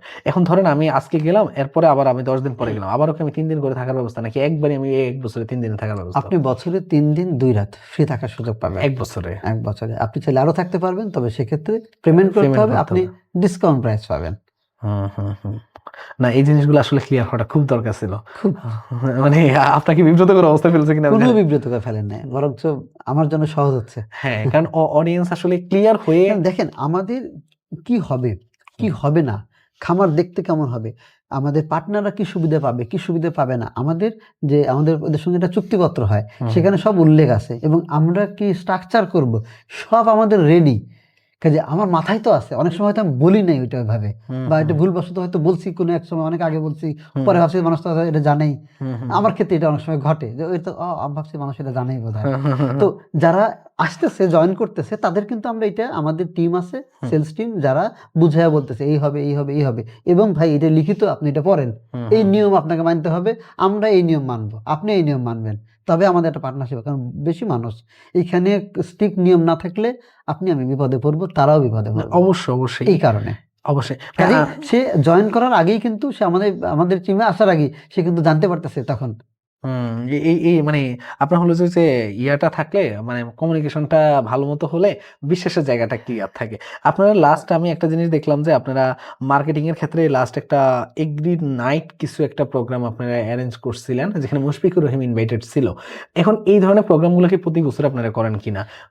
আচ্ছা, এটা আমরা গত বছর 2025 সালের ডিসেম্বরের 13 তারিখ সুখের খামার সেলিব্রেশন নাইট এক্স্যাক্টলি সুখের খামার সেলিব্রেশন নাইট আমরা করেছিলাম। এই প্রোগ্রামের উদ্দেশ্য ছিল যারা আমাদের শেয়ার হোল্ডার হয়েছে তাদের হাতে আমরা জমির দলিল, শেয়ার সনদ, চুক্তিপত্র, মানি রিসিট সব আমরা হস্তান্তর করেছি এবং এটা করেছে বগুড়ার কৃতি সন্তান মুশফিকুর রহিমের হাত দিয়ে আমরা করছি। ওই প্রোগ্রামে আমাদের শেয়ার হোল্ডার, তাদের ফ্যামিলিরা, ফ্রেন্ডস অ্যান্ড ফ্যামিলিরা এখানে উপস্থিত ছিল এবং এইটার আমাদের করার উদ্দেশ্য ছিল কারণ আমরা তো মানুষকে আমাদের শেয়ার কেনার জন্য কিন্তু মানুষকে বগুড়া যেতে হয় না। আমরা বলি বগুড়া আসবেন দেখতে, আমাদের সঙ্গে গল্প করতে। আর যদি আপনি শেয়ার কিনতে চান আপনি আমাদের ব্যাংকে টাকা পাঠাবেন, আমরা মানি রিসিট সাথে সাথে আপনাকে হোয়াটসঅ্যাপে পাঠাবো বা ইমেলে পাঠাবো এবং আমরা 3 দিনের মধ্যে আমরা চুক্তিপত্র প্রিন্ট করব, লেখা হবে, প্রিন্ট করব, স্বাক্ষর করব, শেয়ার সনদ, চুক্তিপত্র, মানি রিসিট আপনাকে কুরিয়ার করে আপনার ঠিকানায় পাঠিয়ে দেবো। কোনো আসতে হবে না, প্রবাসে থাকেন তাও রেডি, আপনি যাকে বলবেন তাকে আমরা পাঠিয়ে দেবো। আর জমির দলিল পরের মাসে হবে, আমরা প্রতি মাসে জমির দলিল করি। যারা এই মাসে যে কজন আছে সবাইকে আমরা পরের মাসে জমির দলিল করে দেই। জমির দলিলটা আবার সার্টিফাইড কপি পেতে আমরা সার্টিফাইড কপি দিই, সেটা পেতে আরও 1 মাস সময় লাগে। আমরা বলি জমির দলিলটা আপনি 60 কর্মদিবসের মধ্যে পাবেন। আর ওই দিন আমরা যারা নিতে পারে না, যারা নিতে পারছে তাদেরকেও আমরা নিয়ে যে একটা আনুষ্ঠানিক হস্তান্তর আসলে করি। প্রত্যেক বছরে করার একটা প্ল্যানিং আছে, ইচ্ছা আছে। এই বছর আমরা করব। এই বছর আমরা আরো ছোট ছোট আরো অনেক অনুষ্ঠান করতেছি। যেমন গত কয়েকদিন আগে জেসিআই এর ভাই ভাইরা যারা ছিল তাদের নিয়ে তাজদিদ ভাই একটা প্রোগ্রাম করলো। এরকম আরো একটা প্রোগ্রাম আমি সৌদি আরবের প্রবাসীদের নিয়ে একটা প্রোগ্রাম করছি আমরা। ওইটা ছিল আমাদের first international meet up. Saudi আরবে সৌদি আরবে আমাদের অনেক আছে যারা এগুলিতে ওনার, তাদেরকে আমরা নিয়ে আসছি, একসাথে করছি, বসছি। আমরা খুব তাড়াতাড়ি লন্ডন যাচ্ছি। এইখানেও আমরা আমাদের লন্ডনে কমপক্ষে 22 জন আছে শেয়ার হোল্ডার, একজনের নম্বর আমার কাছে নাই এই মুহূর্তে। তো এই 22 জন এবং আরো নিতে চাই এরকম আছে প্রায় 257 জন মানুষ, যাদেরকে আমরা সবাইকে ইনভাইট করবো যে আসেন। আমি আপনাকে শুরুতে বলতেছিলাম যে ভাই আমাদের কাছে যে পরিমাণ কমিউনিকেশন এখন আছে, এটা প্রপার যদি কথা বলতে পারি এই বছরের মধ্যে অবশ্যই আমরা সব শেয়ার সেল করে ফেলতে পারবো ইনশাআল্লাহ। অবশ্যই মানুষ এতটা পছন্দ করেছে আমাদের। অবশ্যই ভাই আপনার হলো যে ভাই আর পছন্দ করার একটা কারণ আছে ভাই, এই ধরনের কনসেপ্ট নিয়ে এখনো কেউ কাজই করে নাই। না এটা এই মডেলে কেউ নাই মার্কেটে। হ্যাঁ, কিন্তু আমার সবচেয়ে অবাক লাগতো ওই একটা জায়গায়, এত অল্প জায়গা নিয়ে কিভাবে আসলে এত বড় বড়। সেটা অনেকটা ক্লিয়ার হয়েছে, অনেকটা ক্লিয়ার না নিশ্চিত করেন সম্ভব না আমি যা বলছি না অবশ্যই সম্ভব এবং আমি যাব আপনাদের ইনশাআল্লাহ, যদি আপনি দাওয়াত দেন আমাকে। আপনাকেও দাওয়াত দিলাম, যারা দেখছে তাদেরও দাওয়াত রইল, সবাই আসবেন, ফোন করে চলে আসবেন কবে আসতে চান, কারণ আমাদের অ্যাকোমোডেশন এখন আনলিমিটেড না, এখনো লিমিটেড। যেটা ফোন করে আসলে আমাদের জন্য সহজ হবে। আমি নাম্বারও দিয়ে রাখবো ইনশাআল্লাহ, ওই নম্বরে আপনার সাথে যোগাযোগ করে নেবে। Thank you. ওকে ভাইয়া, এখানে আমার কাছে যে জিনিসটা হলো যে আপনাদের মার্কেটিং এর জায়গাটা খুব ভালো মতো স্ট্রং ভাবে হ্যান্ডেল করেন আপনারা। মোট কতজন কাজ করে ওভারঅল আপনাদের পুরো খামারে? আচ্ছা, আমাদের এখন খামার, সেলস টিম, সব ম্যানেজমেন্ট টিম সব মিলে আমাদের এখন 22 জনের টিম। বিশাল ব্যাপার। এখন একটা ফিল আসে না যে না চাকরি ছেড়ে এখন 22 জন আমার আন্ডারে 22টা পরিবার চলতেছে, এরকম কি ফিল আসে? হ্যাঁ ফিল আসে, তবে এর থেকে বড় টিমও আমি ঢাকায় চালাইছি, আমার সেই এক্সপিরিয়েন্স রয়েছে। না তবে আমি চাইছি আমি ঢাকা থেকে, শহর থেকে গ্রামে মানুষকে নিয়ে গেছি, এইটা আমার ভালো লাগে যে ছেলেটা ঢাকায় কাজ করতো, তাকে আমি নিয়ে আসছি গ্রামে ইনফ্লুয়েন্স করে, ভাই আসেন কিছু করি আমরা একসাথে, এটা ভালো কিছু করি। মানুষ আসছে, আমি তাকে একটু বিশুদ্ধ বাতাস দিতে পারতেছি, তাকে আমি একটু মানে খালি পায়ে হাঁটার জায়গা দিতে পারতেছি, এটা আমার ভালো লাগে এবং একটা স্বপ্ন একসাথে গ্রো করতেছি।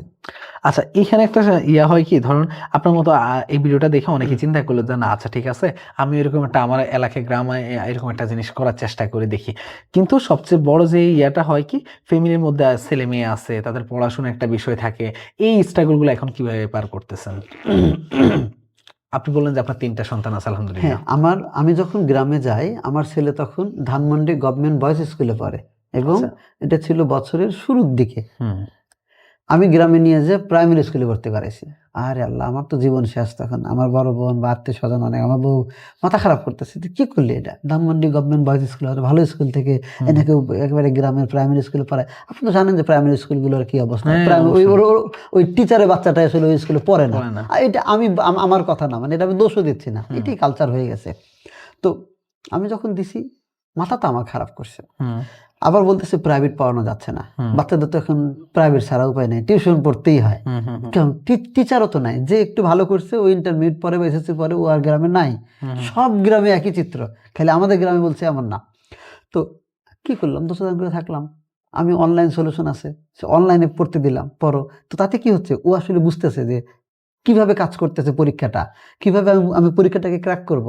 এরপরে ওকে আমি পরের বছর ভর্তি পরীক্ষা দেওয়ালাম বিএফ শাহিন স্কুল, এটা এয়ারফোর্সের একটা স্কুল, ঢাকাতেও যে শাখা আছে, এটার শাখা বগুড়াতেও আছে। তো ওইখানে পরীক্ষা দিল, মাশাআল্লাহ ঠিক গেছে। এখন সে একটা ভালো স্কুলে পড়তেছে, আমার বাসা থেকে 8 কিলোমিটারের দূরত্ব। তো 8 কিলোমিটার শুনে মনে হয় যে 8 কিলোমিটার দূরত্বে বাচ্চা যাওয়া আসা করে, ভাই গ্রামে 8 কিলোমিটার 15 মিনিট লাগে। কিন্তু গ্রামে 8 কিলোমিটার, 8 কিলোমিটার, ঢাকায় 8 কিলোমিটার মানে 1 ঘন্টা, আর গ্রামে 8 কিলোমিটার মানে 15 মিনিট সর্বোচ্চ। তো ও এখন যায়, এখন অনলাইনে প্রাইভেট পড়ে। আর একজন এলাকায় টিচার, মানে একজন স্টুডেন্ট যাকে কোনো রকম ম্যানেজ করা নেওয়া গেছে, যে ও একটু দেখায় যে আসলে ওইগুলা ঠিক মতো করতেছে কিনা। আমি সময় পাই না, আমি যখন সময় পাই আমি আসলে ক্লাসে পড়া নিয়ে বসি না, আমি আসলে বসি যে সেলফ ডেভেলপমেন্টটা হচ্ছে কিনা, ওর মধ্যে গ্রো করতেছে কিনা, যে পড়াটা ইম্পর্টেন্ট অথবা শেখাটা ইম্পর্টেন্ট। ওকে কি উদ্যোক্তা লাইনে নিয়ে আসার ইচ্ছা আছে কিনা? ফুল ইচ্ছা আছে, তবে আমার পক্ষে তো এটা করা সম্ভব না, এটা ওর পক্ষে সম্ভব। ও কি করবে এটা ওর চিন্তা। আমি যেটা ডেভেলপ করতেছি, ও যাই করুক, ও যেন জান প্রাণ দিয়ে করে। আমি অমন মানুষকে, আমি নিজে যেটাই করি মানে আমার সর্বোচ্চটা দিয়ে করি। এখনো যেটা চেষ্টা করছি, আমি আমার জীবনের সবচেয়ে ভালো যা বলতে পারি, যেভাবে বলতে আপনি হয়তো বুঝবেন বা আপনাকে আমি বুঝাই বলতে পারবো, আমি সেটাই চেষ্টা করতেছি। সেটা তো আমি পডকাস্টে দেখতে পাচ্ছি আজকে। আমি যখন কোনো কাজ করি, আমি জান প্রাণ দিয়ে আমি কাজটা করার চেষ্টা করি, যে আমি এটা আমার তরফ থেকে সর্বোচ্চ, এটা সেরা হইতে হবে এমন না, আমার তরফ থেকে যেন সেরাটা দিছি সেইটা হয়। তো আমি আমার টিম মেম্বারদের তাদেরকে পছন্দ করি যারা ওইটার সেরাটা দেওয়ার চেষ্টা করে। আমি আমার বাচ্চাদেরকেও সেই শিক্ষাটাই দেওয়ার চেষ্টা করতেছি, যে বাবা তুমি যাই করো, তুমি তোমার জীবনের সেরাটা দাও, তোমার যা ইচ্ছা করবে, যদি সেটা বৈধ হয়, পজিটিভ হয়। অবশ্যই, অবশ্যই। তরুণ উদ্যোক্তাদেরকে এখন কৃষিতে আসতে সবাই অনেক বেশি আগ্রহী করে তুলতেছে। বিশেষ করে তরুণরা আসলে কৃষি উন্নত হবে, এবং বিশেষ করে আপনারাও এই যে কৃষির দিকে এত কিছু ছেড়ে কৃষির দিকে ঝুঁকছেন এবং আলহামদুলিল্লাহ এটাতে সফলতা দেখাচ্ছেন, যার কারণে তো আমরা আরো বেশি আগ্রহী হচ্ছি। এটাকে আপনি কিভাবে দেখেন? আমি প্রথমে একটা কথা বলে দেখেন, গত 10-15 বছর আগে মানুষ উদ্যোক্তা হবে এটা নিয়ে কোনো কথাই হইতো না। কখনো না। আপনি পত্রিকায় ইন্টারভিউ দেখতেন কি, যে অমুক চাকরি। কোম্পানির সিইও হয়েছে, পুলিশের অমুক হয়েছে, এই চাকরি করতেছে, এদের ইন্টারভিউ হইতো। গত 10-15 বছরে ব্যবসা করতেছে এমন মানুষের ইন্টারভিউ হওয়া শুরু হয়েছে। এই যে এখন কৃষি সেক্টর আগে যাচ্ছে, পৃথিবীর অবস্থা খারাপ হচ্ছে, করোনা হচ্ছে, মহামারী আবার আসতেছে, যুদ্ধ হচ্ছে, মানুষ এখন বুঝতেছে এগ্রিকালচার লাগবে। এই যে আপনি একটা এগ্রিকালচার শো করতেছেন, এটাও কি এই পদক্ষেপকে হেল্প করারই একটা অংশ। অবশ্যই। আপনি একজন উদ্যোক্তাকে প্রমোট করতেছেন মানে কি, শুধু ওই উদ্যোক্তাকে আপনি প্রমোট করছেন এমন না, ওই ইন্ডাস্ট্রিকে আপনি প্রমোট করতেছেন আরেকজন মানুষকে জানার ক্ষেত্রে। এইটা একটা অবদান আমি মনে করি। মানে আমি বলতে পারি যে মানুষ কৃষি উদ্যোক্তা হবে, এইটা এই শহরে একটা ভ্যালু আছে। অবশ্যই। আলহামদুলিল্লাহ এটা আপনি করতেছেন। পত্রিকাগুলোতে দেখবেন কৃষি পেজ আছে, এখন সব টিভি চ্যানেল এখন কৃষি হয়েছে, কৃষি প্রোগ্রাম হচ্ছে। যেমন একটা সময় ব্যাংকে দেখতাম যে ইসলামী ব্যাংকিং, একটা ব্যাংক শুরু করলো, সব ব্যাংক করতে বাধ্য হইলো, তেমনি সব টিভি চ্যানেল এখন কৃষি প্রোগ্রাম আছে। তার মানে কি, এইটা একটা সাইন যে এখন মানুষও চায় যে কৃষি সেক্টরটা আগায় যাক। এইভাবে আর 10 বছর চলুক, শিক্ষিত মানুষের স্বপ্নের পেশা হবে কৃষি। যে আমি স্বপ্ন দেখি বড় হয়ে আমি গ্রামে ফিরে এসে আমি কৃষি করব। দেখেন কৃষি মানে কিন্তু শুধুমাত্র এইটা না যে আমি খামার করব, আমি ধান চাষ করব। আপনি দেখবেন যে ইন্ডাস্ট্রির গ্যাপটা কোথায়, অবশ্যই আপনাকে গ্যাপটা দেখতে হবে। ভাই আমার সাথে থেকে কোন গ্যাপটা আমি ফিল আপ করতে পারি। শুধু উৎপাদনই যে কৃষির ব্যাপারটা তো এমন না, আপনি পরিবহন সলিউশন করেন, এখনো ফ্রোজেন আইটেম ডেলিভারি করার সমস্যা, এটা নিয়ে কাজ করেন, এখনো কৃষক সিন্ডিকেটের মধ্যে পড়ে আছে, সিন্ডিকেট ভাঙার চেষ্টা করেন। হাজারটা কাজ আছে, লক্ষ লক্ষ কাজ আছে, আপনি স্টাডি করলেই পেয়ে যাবেন। কিন্তু অপরচুনিটি তো আছে। আপনি ভাই এসি রুমে বসে চাইলেও করতে পারবেন, চাইলে মাঠে নেমেও করতে পারবেন, যেইটা আপনার ভালো লাগে করেন। আমার ভালো লাগছে, আমি গ্রামে গিয়ে করতেছি। তাজদিদ ভাইয়ের ভালো লাগছে, শহরে বসে করতেছে। উনি চাইছে আমি শহর থেকে যাওয়া সম্ভব না, আমি গ্রামে, আমি শহরে থেকেই করব। তাহলে কি করতে হবে ভাই, আমরা একজন শহরে থাকবে, একজন গ্রামে থাকবে, তাহলে আমরা পার্টনারশিপ করতে পারি। উনি সেভাবে করছে। তো ব্যাপারটা তো আসলে ইজি। আবার আমরা যাদের নিচ্ছি এখন, ভাই আপনার সময়ও নাই, টাকা আছে, সময় নাই, আরো অনেক টাকা নাই, তাহলে আসেন আমরা একসাথে করে যুক্ত হই। খুব ইজি, কাজে অপরচুনিটি আছে। আপনি মানুষ কৃষি নিয়ে কিছু করে অনেক খামার করবো, ভাই গরুর খামার করার জন্য একটা মানুষের প্যাশন হয়ে গেছে। ভাই গরুর খামার করে আমার মোটামুটি আমি 20 জন চিনি যারা লস করে বন্ধ করে দিয়েছে, 1 বছরে চালায়। তো কৃষি কাজ করে লস করে দিয়ে চলে আসে এমন মানুষ অনেক আছে ভাই।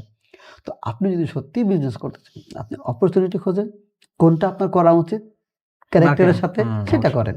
ভাই অপরচুনিটি আছে, লাভ হবে। মার্কেট অ্যানালাইসিস করলে আসলে এটা পাওয়া যায় খুব ভালো মতো। খুবই ভালো পয়েন্ট বলছেন ভাইয়া। এখন মানে আমি তো আপনার থেকে তো মানে কথা বলে তো আরো অনেক কিছু বের করে আনা পসিবল হয়। সেটা হলো যে ভাইয়া এখন কথা হলো যে আপনি একটা কথা বলছিলেন যে এখন বর্তমানে বাংলাদেশে যে বিশ্বে যে জ্বালানির সংকট আছে, সেখানে আপনি আমাকে পডকাস্টের শুরুতে বলতেছিলেন যে এটা নিয়ে একটা ভালো পয়েন্টে কথা বলা যায়। আপনার গল্পটা শুনতে চাই, বলুন জ্বালানির সংকটে কিভাবে কি করতে চাচ্ছেন? দেখেন সংকট এটা এখন যেভাবে শুরু হয়েছে, এটা কবে নাগাদ এটা সমাধান আসবে আমরা জানি না, আদৌ সমাধান হবে কিনা তাও জানি না, এবং ফিউচারে আরো যে আসবে না তার কোনো নিশ্চয়তা নাই। তো আমাদের জন্য কাজ কি, বিকল্প প্রস্তুতি নেওয়া। তো বিকল্প প্রস্তুতি সবচেয়ে সহজ প্রস্তুতি কি, নবায়নযোগ্য জ্বালানি ব্যবহার করা। নবায়নযোগ্য জ্বালানি কি, আমাদের হলো সোলার প্যানেল দিয়ে সৌর বিদ্যুৎ ব্যবহার করা, আমাদের কি বায়োগ্যাস ব্যবহার করা। তো আমরা 1 মেগাওয়াট বিদ্যুৎ আমাদের এই খামার এবং রিসোর্টে যা প্রয়োজন সেটা আমরা এখানে উৎপাদন করব। এমনকি আমরা যে স্টাডি করতেছিলাম, বিদ্যুৎ আমরা বিক্রিও করতে পারবো সরকারের কাছে। তো 1 মেগাওয়াট বিদ্যুৎ আমরা এখানে আমাদের খামারের সেটে এই দিয়ে আমরা ব্যবহার করতে পারবো। 2 নম্বর হলো আমরা বায়োগ্যাস, আমরা বছরে 1000 ঘনমিটার বায়োগ্যাস উৎপাদন করতে পারবো, যেটা আমাদের রিসোর্টে রান্নার কাজে, মাদ্রাসার বাচ্চাদের রান্নার কাজে ব্যবহার করতে পারবো। এরপরও যা উদ্বৃত্ত থাকবে তা আমরা বিক্রিও করতে পারবো। আবার আমরা এখান থেকে ভার্মি কম্পোস্ট এবং লিকুইড ফার্টিলাইজার, ন্যাচারাল ফার্টিলাইজার আমরা বিক্রি করতে পারবো। তো কি হলো, এটা একটা গ্রিন এনার্জির হাব হবে ভাই। এই প্রস্তুতি থাকা মানে কি, আপনার কাছে বিদ্যুৎ আছে, জ্বালানি আছে, আপনার কাছে সার মজুদ আছে। ভাই আপনার প্রজেক্ট তাহলে কিভাবে, মানে পৃথিবীতে যাই ঘটে যায় আপনার উৎপাদন তো বন্ধ নাই, লাগবে হলো বীজ। তো বীজ আসলে ম্যানেজ করা যাবে, বীজ সংরক্ষণ এবং উৎপাদন নিজেরাও করে নেওয়া যাবে। অবশ্যই ওই দিন একটা নিউজে দেখতেছিলাম যে আপনার হলো যে ঢাকা থেকে এত মানুষ আপনার গ্রামের দিকে ছুটে যাবে এই সংকটের কারণে। এটা তো এই সাইনই দেয় যে বলতেছিল যে 31 লাখ মানুষ গ্রামে যেতে বাধ্য হবে। এক্স্যাক্টলি, গ্রামে গিয়ে কি করবে? অবশ্যই কৃষিকাজ ছাড়া তো কোনো ওয়ে নেই আপনার। এটাই তো সবচেয়ে বড় একটা ওয়ে। দেখেন এখানে আমি একটা বড় ব্যাপার বলতে চাই, আমি যখন মানে গ্রাম থেকে শহরে আসি তখন আমি ভাবতেছিলাম যে সব বড় অপরচুনিটি শুধুমাত্র শহরে পড়ে আছে, আরো বড় অপরচুনিটি বিদেশে পড়ে আছে, এটা আমার তখন ধারণা ছিল। কিন্তু আস্তে আস্তে যখন আমি পড়াশোনা করলাম, যখন আমি শিখলাম যে আসলে অপরচুনিটি কি জিনিস, মার্কেট গ্যাপটা কোথায়, তখন আমি দেখলাম যে অপরচুনিটি সব জায়গায় আছে, এটা না গ্রামে না শহরে। তখন আমি চিন্তা করলাম তাহলে আমি মিশাই এই শহরে, এই যানজটের মধ্যে, এই দূষণের মধ্যে, এই আমার শ্বাসকষ্ট হয় ঢাকা আসলে, ওষুধ খেতে হয়, গ্রামে গেলে ওষুধ খাওয়া লাগে না। এটা আমার জন্য খুবই চ্যালেঞ্জ, আরও কিছু শারীরিক প্রবলেম হয়। তো আমি তাহলে কেন গ্রামে যাব না, অপরচুনিটি গ্রামে 1000 কোটি টাকা, মানে এখানে একটা $1 ট্রিলিয়ন বিজনেস, একটা কি বলে ইউনিকর্ন, এখানেও একটা ইউনিকর্ন বিজনেস বানানোর জন্য গ্রামও চমৎকার জায়গা, এবং এটা সম্ভব, গ্রামে বসেও আপনি ইউনিকর্ন হতে পারবেন। অবশ্যই ভাই, আমরা আড্ডা দিলে আড্ডার সময় শুধু বড়ই হবে ইনশাল্লাহ। এত মানে আপনার সাথে কথা বলে কয়েকটা জিনিস ক্লিয়ার হয়েছে যে উদ্যোক্তারা আসলে কিভাবে কোন কাজগুলো করা উচিত, বা একটি সমন্বিত খামার দেওয়ার ক্ষেত্রে কি কি জিনিস তারা ধারণা পাবে, সেটা মোটামুটি আলহামদুলিল্লাহ এই ভিডিও থেকে ক্লিয়ার হয়ে যাওয়ার কথা। সুখের খামার নিয়ে মানুষের যত ধরনের প্রশ্ন আমার ধারণা এই ভিডিও থেকে ক্লিয়ার হয়ে যাওয়ার কথা। আপনার কি মনে হয় ক্লিয়ার হয়েছে? আমার মনে হয় ক্লিয়ার হয়েছে। তবে একটা জিনিস বলতে চাই, দেখেন আমি কিন্তু এই বিজনেস নিয়ে যা বলেছি সেইটা কিন্তু নতুন উদ্যোক্তাদের জন্য যেটা বলেছি সেটা কিন্তু আমি কিন্তু ট্রেনার না, আমি আমার এক্সপিরিয়েন্সটা শেয়ার করছি। এটা যদি কেউ তার সাথে মিলাইতে পারে তাহলে দান, যদি না মেলে তাহলে হয় নাই, হয় না হলে এটা না হইতে পারে, আমার আন্ডারস্ট্যান্ডিং আমি শেয়ার করছি। অবশ্যই ভাই, কোনো সমস্যা নেই ভাইয়া। মানে এতটা সময় আমাদেরকে দিয়েছেন, এটাই অনেক বড় পাওয়া। বিশেষ করে আপনি আপনাকে পেয়েছি কারণ আপনার সাথে আমার অনেক দিন আগে থেকে আসলে টাইম মিলতেছিল না কোনোভাবে। বিশেষ করে আপনি অনেক ব্যস্ত মানুষ, মানে এই ব্যস্ততার মাঝেও যে এখানে আসছেন ভাইয়া, আমি অনেক বেশি কৃতজ্ঞ। বিশেষ করে এগ্রিকালচার অনেক বেশি কৃতজ্ঞ আপনার কাছে। আর হলো যে আপনার আর কিছু বলার আছে কিনা আমাদের সাথে? হ্যাঁ, আমি আপনাকে ১ম এ থ্যাংক ইউ দিতে চাই যে আমাকে আমন্ত্রণ জানানোর জন্য, আমাকে সম্মানিত করার জন্য। একজন গ্রামের কৃষক যে কাছা দিয়ে মাঠে কাজ করে, হুম, গরুকে খাওয়ায়, সেই লোকটাকে এনে এসি রুমে আপনি আপনার সামনে বসাইছেন। এইটা এই মুহূর্তে আমি মনে করি একটা সম্মান, যেটা কৃষকদের কেউ দিচ্ছে না, আপনি দিছেন। এটার জন্য আমি কৃতজ্ঞতা প্রকাশ করতে চাই থ্যাংক ইউ অবশ্যই। ভাইয়া। আমি দেখেছি যখন কোথাও পরিচয় দেই যে আমি একজন কৃষক, লোক আমার দিকে চেয়ে থাকে, কৃষক মানে কি? তো এইটা হলো একটা প্রশ্ন এখন। আমরা চাই এ ধরনের শো এর মাধ্যমে যেন মানুষ, যাদের কাছে যা অপরচুনিটি আছে, কৃষিকে পজিটিভ হিসেবে যেন তারা প্রকাশ করে। এখনো মানুষের ধারণা আছে কৃষি মানে লস। এখনো মানুষের ভাই লস তো কেন, এটা খুঁজে দেখেন। হুম, কি করলে লাভ হবে সেটা খুঁজে, সেটা আপনি পাবেন। তো যদি মিডিয়া আরো কথা বলে, আপনারা আরো কথা বলেন, মানুষ ব্যক্তিগত পর্যায় থেকে কৃষিকে পছন্দ করে, কৃষি মার্কেটে আরো বই আছে, একদিন শিক্ষিত মানুষের স্বপ্নের পেশা হবে কৃষি। ইনশাল্লাহ ভাইয়া, ইনশাল্লাহ এটাই আমরা চাই এবং সুখের খামারের সাফল্য কামনা করি ইনশাল্লাহ ভাইয়া। আর আমাদের জন্য দোয়া রাখবেন। আর এতটা সময় দেওয়ার জন্য আবারও থ্যাংক ইউ ভাইয়া। Thank you. থ্যাংক ইউ আপনাকেও। ঠিক আছে, আসসালামু আসসালামু আলাইকুম। আলাইকুম।